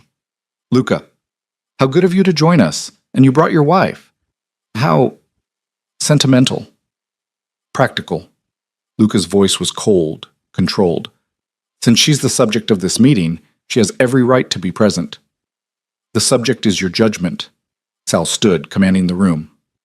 Your decision to start a war with the Castellanos over a girl has put this entire family at risk. 8 of their soldiers are dead, and they're demanding retribution. 8 of their soldiers broke into my home and threatened my wife. Luca's tone could have frozen fire. They got exactly what they deserved. Anyone who wants to argue otherwise is welcome to challenge me directly. The threat hung in the air. Several men shifted uncomfortably, but Sal just smiled. Your grandfather would never have allowed personal attachments to compromise family security. He understood that leadership requires sacrifice. My grandfather died alone, paranoid, and bitter because he sacrificed everything human in pursuit of power. Luca's words cut like blades. I'm building something different. Something sustainable that doesn't require destroying everyone who gets close. Something weak. Sal's voice rose, playing to the room. You've gone soft over this girl. You let 3 Castellano prisoners live last night when you should have sent them back in pieces. You're compromising our reputation for mercy. I'm establishing precedent. Luca moved to the center of the room, commanding attention without raising his voice. The Castellanos attacked my home with 20 men. I killed 17 and sent 3 back with a message. That message was received. They called this morning to negotiate terms for peace. A murmur ran through the assembled men. Sal's expression flickered with uncertainty. What terms? Someone asked from the back. Full financial reparations for damages, written acknowledgement that Elena is under family protection, and a treaty that benefits both organizations. Luca pulled out his phone, displayed documents. The Castellanos want peace more than they want revenge. Last night proved we're too costly to fight. You should have killed them all. Sal's voice had lost some of its confidence. Sent a message that we don't negotiate. I sent a different message. Luca's eyes swept the room. That we're strong enough to show mercy when it serves our interests. Strategic enough to turn enemies into allies. That's leadership, Uncle. Not the mindless violence you're advocating. Elena watched the room's dynamics shift. Men who'd been nodding along with Sal now looked uncertain. Luca was winning them over through logic and strength rather than just threats. And what about the girl? Sal gestured dismissively toward Elena. She's still a liability, a weakness waiting to be exploited. Then let me address that weakness directly. Luca's hand extended toward Elena, invitation and command combined. Come here. Elena's heart hammered as she stood, feeling every eye in the room track her movement. She crossed to Luca, took his offered hand, and let him pull her close. Gentlemen, I'd like you to meet Elena Valenti. Luca's voice carried pride and possession in equal measure. Some of you know she's a nursing student. What you don't know is that she volunteers at the community clinics I fund, treating patients our traditional businesses tend to create. Uncomfortable laughter rippled through the room.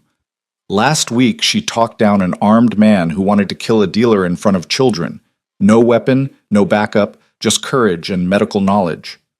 Luca's arm around her waist tightened. Last night, when 8 soldiers came to kill her, she didn't panic. She followed protocol, secured herself in the safe room, and trusted me to handle the threat. That's not weakness. That's exactly the kind of strength this family needs. Pretty words, Sal's sneer had returned. But she's still just a girl who knows nothing about our world. Elena felt Luca tense beside her, preparing to defend her again. But something in Sal's dismissive tone struck a nerve. She thought about the clinic, about facing down men with knives, about choosing to love a monster and claim her place beside him.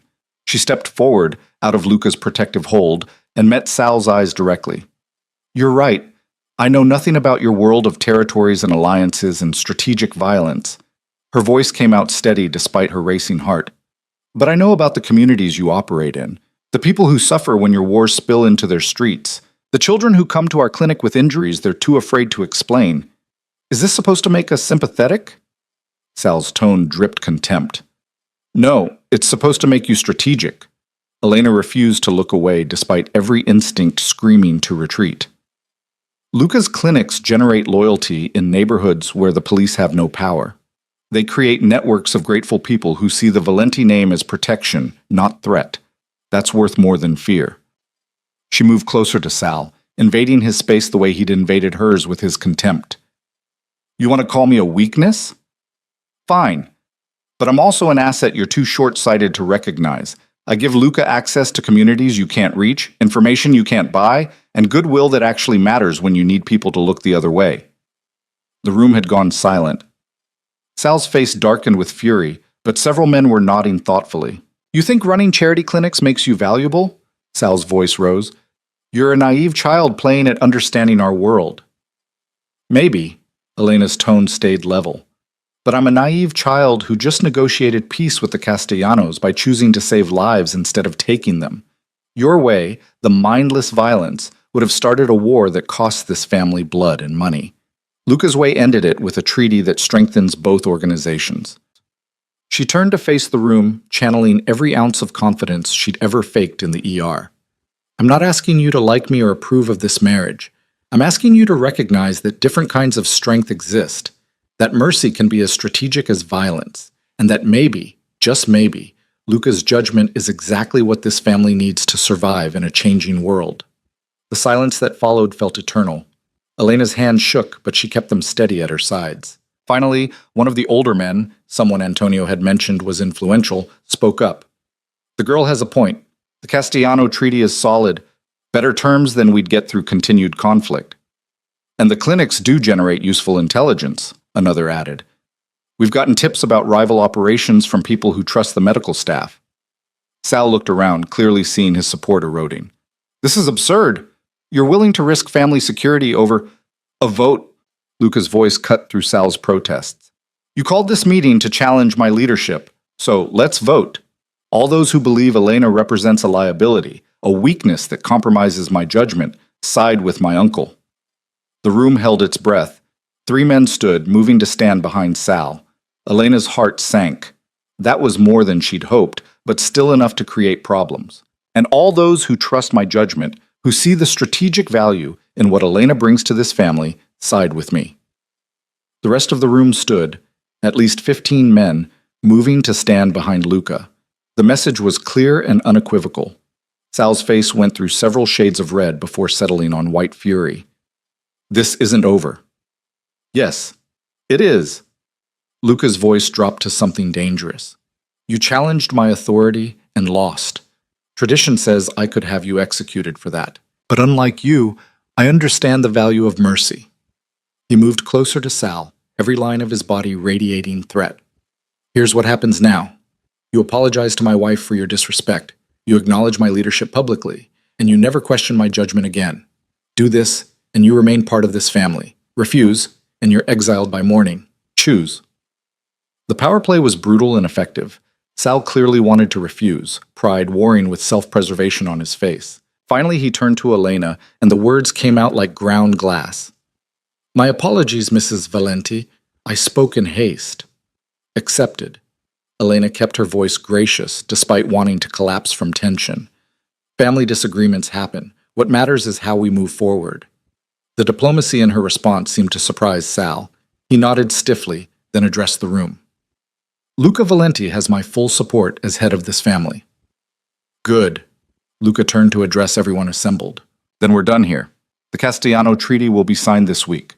Anyone who has concerns about family direction can bring them to me privately, but challenges to my authority end tonight. Understood?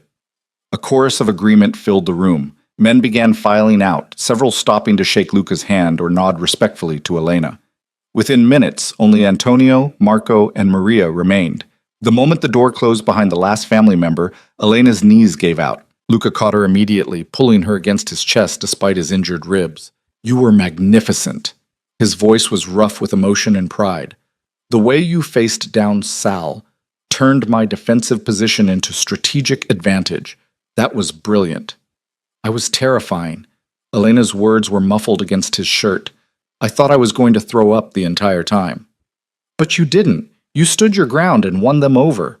Luca tilted her face up, eyes blazing with something that looked like wonder. Do you understand what you just did? You didn't just defend yourself, you defended us, made them see you as I see you. How do you see me? As everything. His kiss was desperate and tender. As the reason I'm willing to change, as proof that monsters can become men if they find something worth fighting for. Antonio cleared his throat loudly. As beautiful as this is, we should probably get out of here before Sal decides to cause more problems. He looked murderous when he left. He won't try anything tonight. Luca kept one arm around Elena as he addressed his cousin. But you're right. We should go. Maria, thank you for everything. Always. Maria's eyes were wet. I'm proud of both of you. Your grandfather would have been too, Luca, even if he wouldn't have admitted it. Back at the brownstone, Elena finally let the adrenaline crash over her. Her hands shook so badly she couldn't undo the dress zipper.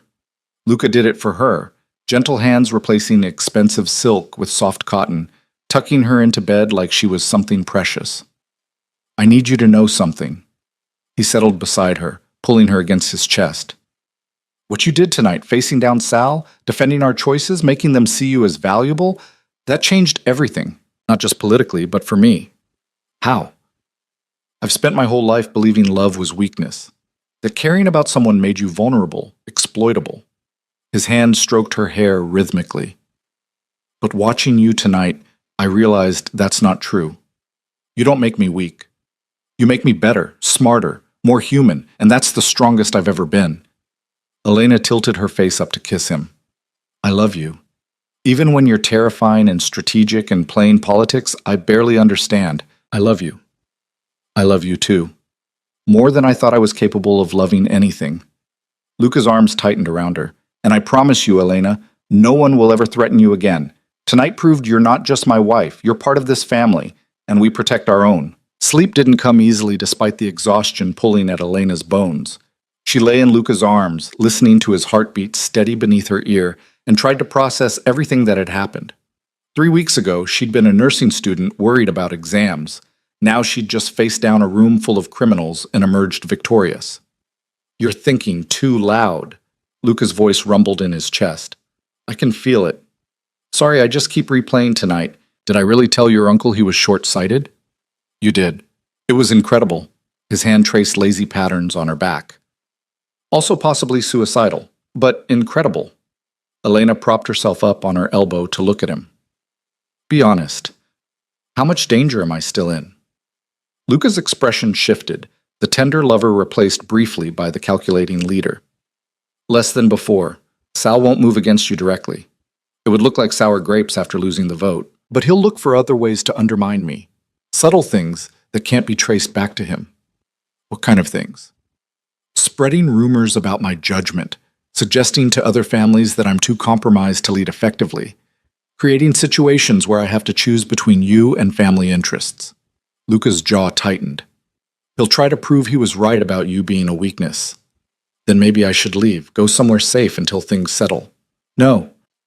The word came out sharp, absolute. That's exactly what he wants, for you to run, to prove you can't handle this life. Luca's hand cupped her face. Besides, I'm not sure I'd survive you leaving. Not now. Dramatic, but Elena kissed him anyway, pouring reassurance into the contact. I'm not going anywhere. I just survived a family tribunal. I think I can handle whatever Sal throws at us. Us. Luca repeated the word like a prayer. I like that. Us against the world. Against your uncle, at least. Elena settled back against his chest. What happens with the Castellano Treaty? I meet with their leadership tomorrow to finalize terms. Antonio will come as my second. Luca's voice took on a strategic tone. They'll want concessions, access to some of our territories, percentage of certain operations. But they'll get it, because peace is worth more than pride. Can I come? The silence that followed her question spoke volumes.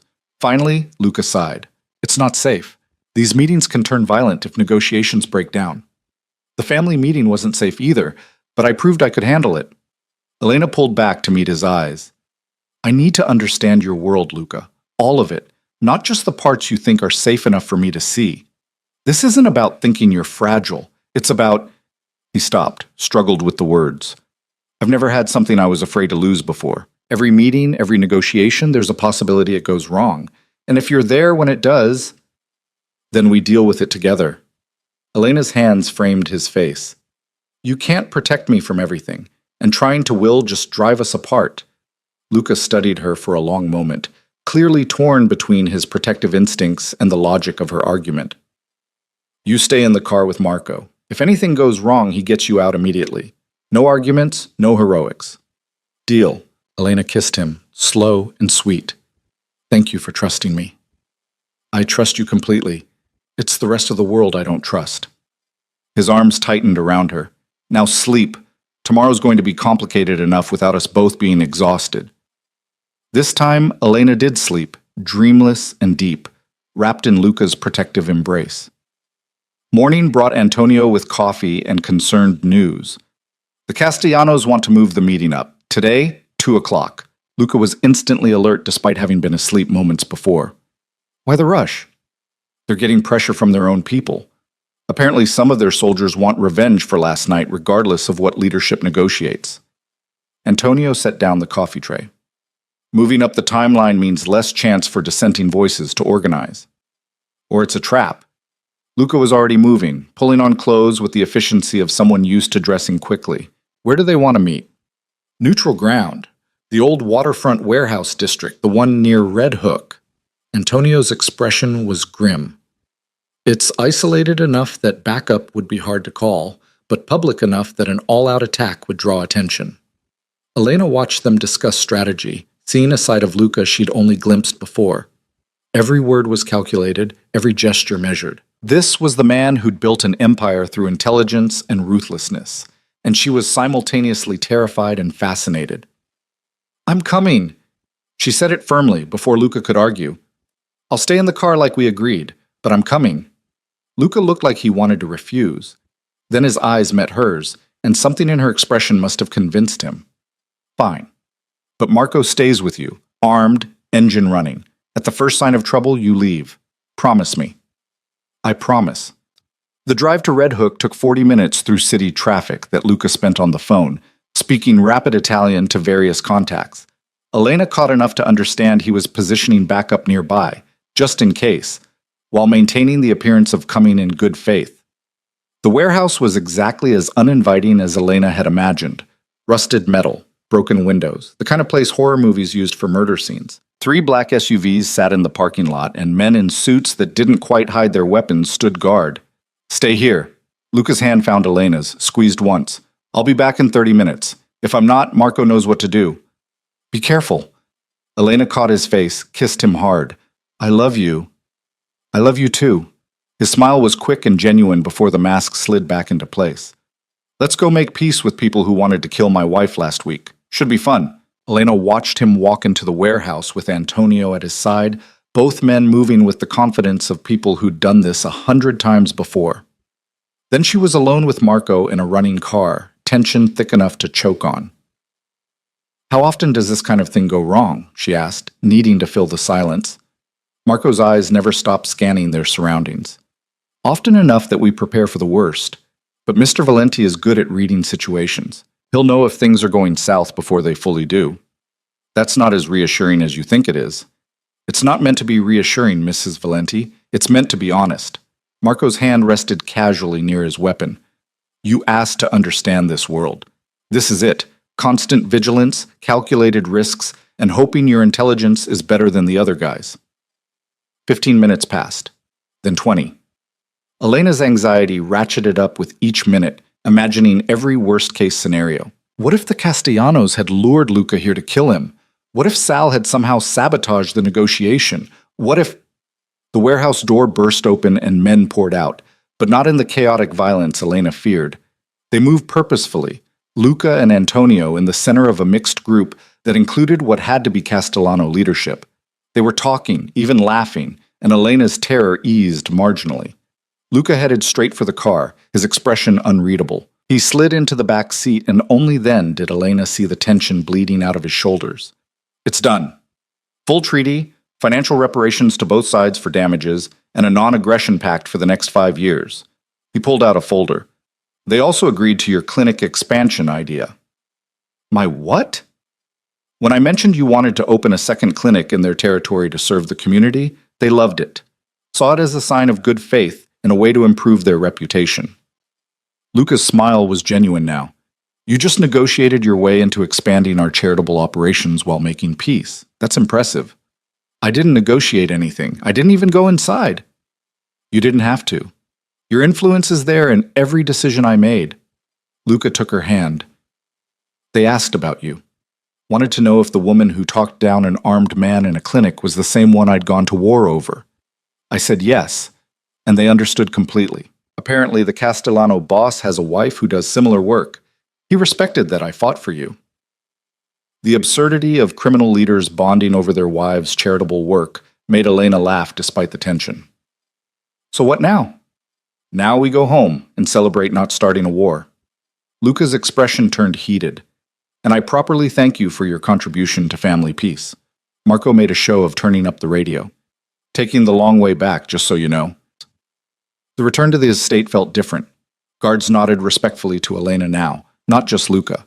Maria greeted them at the door with tears of relief and joy. The mansion that had felt like a prison weeks ago now felt like home. I need to make some calls, finalize the paperwork. Luca kissed Elena's forehead. Give me an hour, then I'm all yours. Take your time. I'll be in the library. Elena headed toward her refuge, the 3-story room of books that had become her sanctuary. She was deep in a medical journal when Maria found her an hour later. Elena, dear, there's someone here to see you. Who? Elena set down the journal, confused. She didn't know anyone who would visit her here. Your friend from the clinic, Sarah. She's in the front sitting room. Maria's expression was concerned. Should I have turned her away? No, it's fine. I'll see her. Elena followed Maria downstairs, nervous energy building. Sarah had been supportive but wary about the marriage. This unexpected visit couldn't be good news. Sarah stood by the window, looking out at the manicured gardens with an expression Elena couldn't read. She turned when Elena entered, and her face was a mixture of relief and concern. I had to see for myself that you're okay. Sarah crossed the room, grabbed Elena's hands. You disappeared after that family meeting thing, and I was worried. I'm fine. Better than fine, actually. Elena gestured for Sarah to sit. What's wrong? You look like you've been crying. Because I have been, Sarah's voice cracked. Elena, I got a visit yesterday from a man claiming to be Luca's uncle. He said terrible things about you being in danger, about Luca using you for political gain. He offered to help me rescue you. Cold dread settled in Elena's stomach. What did you tell him? I told him to go to hell, and that if he came near me or the clinic again, I'd report him to the police. Sarah's hands tightened on Elena's. But he said something that's been eating at me. He said Luca only married you to settle a debt, and that he'd get rid of you once you served your purpose. Is that true? It was true. In the beginning. Elena took a breath, organizing her thoughts. My father left massive debts when he died. Luca offered marriage instead of the alternatives, which were significantly worse. But it's changed. We've changed. Changed how? Elena, you've been here less than a month. That's not enough time to fall in love with someone who forced you into marriage. You're right. It's not enough time logically. Elena met Sarah's worried eyes. But I'm not being held here against my will anymore. I could leave. Luca made that clear weeks ago. I stay because I choose to. Because I love him. Sarah looked like she wanted to argue, but something in Elena's expression stopped her. You really mean that? I do. He's complicated and dangerous and sometimes terrifying, but he's also the man who runs free clinics, who showed mercy when violence would have been easier, who looks at me like I'm the best decision he's ever made. Elena's voice strengthened with conviction. I know it sounds crazy. Trust me. I know, but this is my choice. Then I support you. Sarah pulled Elena into a hug. Even if I think you're insane, but if he ever hurts you, you'll kill him yourself, I know. Elena smiled against Sarah's shoulder. Thank you for checking on me and for telling me about Sal's visit. Your uncle-in-law is a piece of work. Sarah pulled back. He tried to make it sound like he was concerned for your safety, but there was something off about him. Calculating. That's Sal. He's trying to undermine Luca by making it look like I'm a victim who needs saving. Elena's mind raced, seeing Sal's strategy. If you'd agreed to help rescue me, he could have used it to prove Luca was holding me against my will. Would have destroyed the credibility I built at the family meeting. What do I do if he comes back? Tell Luca immediately. The voice came from the doorway, where Luca stood with an expression that could freeze fire. I'm sorry to interrupt, but I couldn't help overhearing. Sarah, was it? Sarah stood, putting herself slightly between Elena and Luca in a protective gesture that would have been touching if it wasn't so unnecessary. Yes, and you're the man who bought my best friend. I am. Luca didn't flinch from the accusation. I'm also the man who loves her, protects her, and would burn the world down before letting anyone hurt her, including my uncle. He moved into the room but kept his distance, clearly aware of Sarah's wariness. Thank you for telling her about Sal's visit. That took courage. I did it for Elena, not for you. Sarah's voice was sharp. I still think this whole situation is insane. It is insane. Luca's agreement seemed to surprise her. Objectively, this marriage started as a transaction, but it's become something neither of us expected. Something worth fighting for. Pretty words from a man who deals in violence. True words from a man who's trying to be better. Luca's eyes found Elena's. Can I borrow my wife for a moment? We'll stay in sight if that makes you more comfortable. Sarah looked at Elena, clearly asking permission. Elena nodded and Sarah sat back down, watching them like a hawk. Luca led Elena to the far side of the room, close enough for Sarah to see but too far to hear. His hands found hers, gripped gentle despite the tension in his shoulders. I need to deal with Sal, tonight, before he causes more damage. Luca's voice was low, urgent. He approached your friend, tried to manipulate her into helping him undermine our marriage. That crosses a line. What are you going to do? Give him a choice.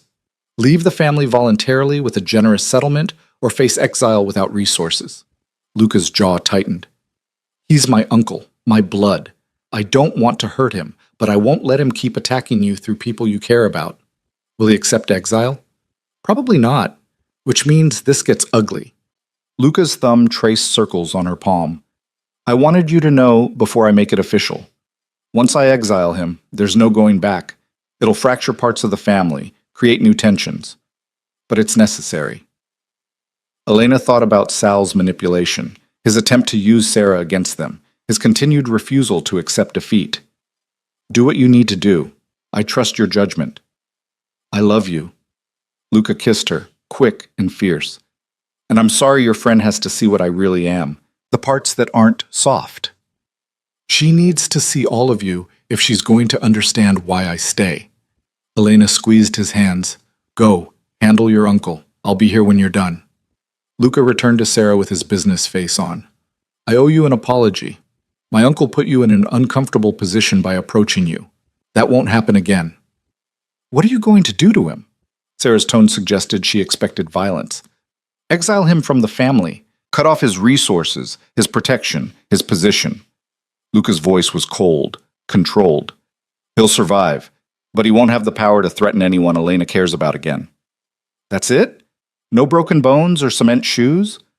This isn't the movies, Sarah. Modern organized crime is about economics and influence more than violence.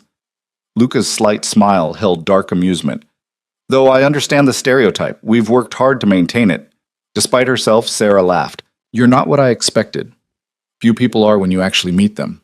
Luca offered his hand. I know you don't trust me. You probably shouldn't, but I hope eventually you'll see that I'm trying to be worthy of Elena's faith in me.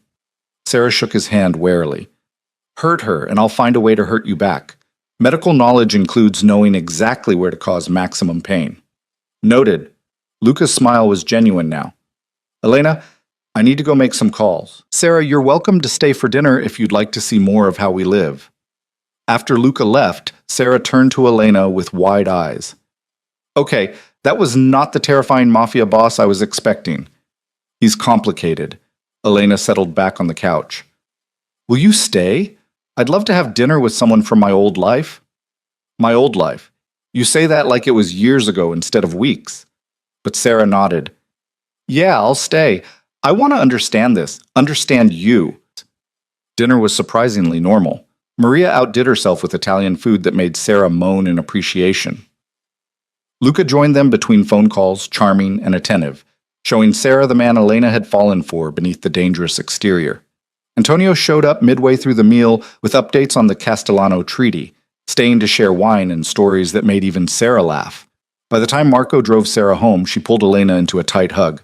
I still think you're crazy, but I see why you love him. Just promise me you'll be careful. I promise. Elena watched Sarah's car disappear down the driveway, feeling like she'd bridged two worlds that should never have touched. Luca found her on the terrace afterward, standing in the cool night air. How do you think that went? Better than I feared. Sarah doesn't trust you yet, but she's trying to understand. Elena leaned back against him. What happened with Sal? He refused the settlement, called me weak, said I was betraying family for a woman. Luca's arms came around her waist. I had the exile order drawn up. He has 48 hours to clear out his assets and leave New York. After that, he's on his own. Will he go peacefully? Probably not, but that's his choice. Luca's voice was tired, the weight of the decision evident. He's family, Elena. This hurts, but I can't let him keep undermining us. Elena turned in his arms to face him. I'm sorry you had to choose between him and me. It wasn't really a choice. Luca's smile was sad but certain. The moment I married you, the moment I fell in love with you, the decision was already made. You're my family now. The one I chose, not just the one I was born into. They stood there in the darkness, holding each other as the city lights glittered in the distance. Inside, Elena could hear Maria cleaning up from dinner, Antonio on the phone coordinating family business. The sounds of a life she was building, one complicated decision at a time. What happens now? Elena asked after a while. With Sal gone, the Castellano Treaty signed, everything settling down. Now we figure out what normal looks like for us. Luca's hand found hers, intertwined their fingers. You keep working at the clinic, expanding the programs. I keep running the legitimate businesses and slowly transitioning out of the criminal ones. We build something sustainable that doesn't require constant violence to maintain. Is that possible? Can you really walk away from that life? Not completely, not immediately. Luca's honesty was one of the things Elena loved most about him. But gradually, yes. I've been setting up the framework for years, legitimate businesses that can support the family without criminal revenue. The clinics are part of that. So are the community programs, the real estate investments, the consulting firms. How long will it take? 5 years? Maybe 10. He pulled her closer. But we have time, and I have you to remind me why it's worth the effort. Elena kissed him, soft and slow, pouring love and faith and hope into the contact. When they finally broke apart, she rested her forehead against his. "I want to marry you again." The words came out before she'd fully formed the thought. "Not because of a debt or a forced arrangement, because I choose you." Luca's breath caught. "Elena, I know we're already married legally, but that ceremony was about obligation and fear. I want one that's about love and choice." She pulled back to meet his eyes. "I want to stand in front of people we trust and choose you freely. No threats, no coercion, just us." "When?" Luca's voice was rough with emotion. "Soon. Next month, maybe. Something small. Just Antonio, Maria, Sarah, if she's willing." Elena's mind raced with possibilities. "Not in that library where we first married. Somewhere new. Somewhere that represents who we're becoming instead of who we were forced to be." "The garden." Luca's eyes lit up. "There's a rose garden on the south side of the estate. My mother planted it before she died. It's beautiful in spring." "Perfect." Elena kissed him again. 1 month. You, me, and a ceremony that means something because we want it to, not because we have to. The next 4 weeks passed in a flurry of planning and change. The second clinic opened in Castellano territory to surprising community support. Sal left New York quietly, though rumors suggested he was plotting from somewhere in Florida. The family adjusted to the new peace, finding that prosperity without constant conflict was actually more profitable. Elena finished the paperwork to officially withdraw from nursing school, though Luca had the director send her a letter stating she could return anytime she wanted. She didn't want to, she realized. Her work at the clinics was more fulfilling than anything she'd imagined in traditional nursing. Sarah slowly came around, seeing how Luca treated Elena, how the marriage had evolved from transaction to genuine partnership. She even agreed to stand as Elena's witness at the second ceremony. Antonio flew in from Boston with his wife and kids, eager to see his cousin finally, truly happy. Maria spent days preparing food and decorating the garden until it looked like something from a fairy tale. The morning of the ceremony, Elena woke alone. She found a note on Luca's pillow. "Traditional for the groom not to see the bride before the wedding. Even second weddings. I'll be waiting in the garden. Love always, L." The dress Maria had chosen was completely different from the first one. Champagne silk that flowed like water, off-shoulder sleeves, a train that whispered against the grass. Elena's hair was up this time, showing her neck, the diamond necklace Luca had given her catching the light. When she walked into the garden on Antonio's arm, a choice that had made Luca's cousin cry, the small gathering turned to watch. But Elena only had eyes for Luca. He stood under an arch of roses Maria had spent days arranging, dressed in a dark suit that made his eyes look impossibly deep. And when he saw her, the love on his face was so raw, so genuine, that Elena felt tears prick her eyes. This ceremony was everything the first one hadn't been. The priest was Father Dominic again, but this time he smiled as he spoke about love and choice and building a life together. Antonio and Sarah stood as witnesses, both beaming. Maria cried openly from her seat in the front row. When Father Dominic asked if Elena took Luca as her husband, her answer came clear and certain. "I do. Freely, joyfully, and completely." Luca's vows were equally simple but devastating in their sincerity. "I do. Today and every day after. You are my choice, my love, my reason for becoming better than I ever thought I could be." This time, when Father Dominic said they could kiss, Luca's lips met Elena's with tenderness and passion, and the promise of a lifetime being built one day at a time. The small gathering erupted in applause. At the reception that followed, a dinner under lights strung through the garden, Antonio gave a toast that had everyone laughing and crying. 3 years ago, my cousin watched a nursing student show kindness to a scared kid in an ER, and he decided she was worth waiting for, worth fighting for, worth becoming better for. Today we celebrate not just a marriage, but the miracle of two people who found love in the most unlikely circumstances and chose it anyway. Sarah's toast was shorter, but equally meaningful. "Elena, you're the bravest person I know. Not because you survived being forced into this marriage, but because you chose to stay, to love, to build something beautiful from something terrible. Luca, you better spend every day of the rest of your life being worthy of that choice." "I will." Luca's hand found Elena's under the table. "I promise." As the evening wore on, Elena found herself watching the people she loved most gathered in celebration.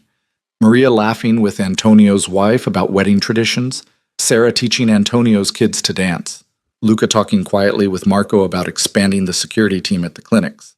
This was her family now. Not the one she'd been born into, but the one she'd chosen. Complicated, unconventional, built from violence and charity and second chances. But hers. Late in the evening, Luca pulled her away from the party, leading her to a quiet corner of the garden where roses bloomed in profusion. "I have something for you." He pulled out a small box, opened it to reveal a ring that took Elena's breath away. Not the wedding band she already wore, but something new. A diamond surrounded by sapphires. "The first ring I gave you was part of a transaction. This one is a gift, a symbol of the choice we're making today." Elena let him slide it onto her right hand, the stones catching the fairy light strung through the trees. "It's beautiful." "You're beautiful." Luca pulled her close, swaying slightly to the music drifting from the reception. "Thank you for giving me this, for choosing me when you had every reason to run. Thank you for being worth choosing." Elena rested her head on his shoulder. "For showing me that monsters can become men, that love can grow in the darkest places, that sometimes the worst beginning can lead to the best ending." They danced in the roses, the music and laughter from their small gathering floating around them like a blessing. In the distance, the city lights glittered, full of danger and possibility. But here, in this garden that had witnessed both forced vows and chosen ones, Elena felt safe, loved, home. "What are you thinking?" Luca asked, his voice soft in her ear. "That 3 weeks ago, I thought my life was over. That being sold to settle a debt was the worst thing that could happen to me." Elena pulled back to meet his eyes. "I was wrong. It was the beginning of everything." "Everything," Luca repeated, making it sound like a vow. "I like that. You and me against the world, building something impossible." "Not impossible." Elena's smile was radiant. "Just unlikely. But the best things usually are." As the party continued around them, as their chosen family celebrated their chosen love, Elena Ward Valenti stood in her husband's arms and felt the last pieces of her old life fall away. She was no longer the frightened girl who'd been delivered to a monster's door.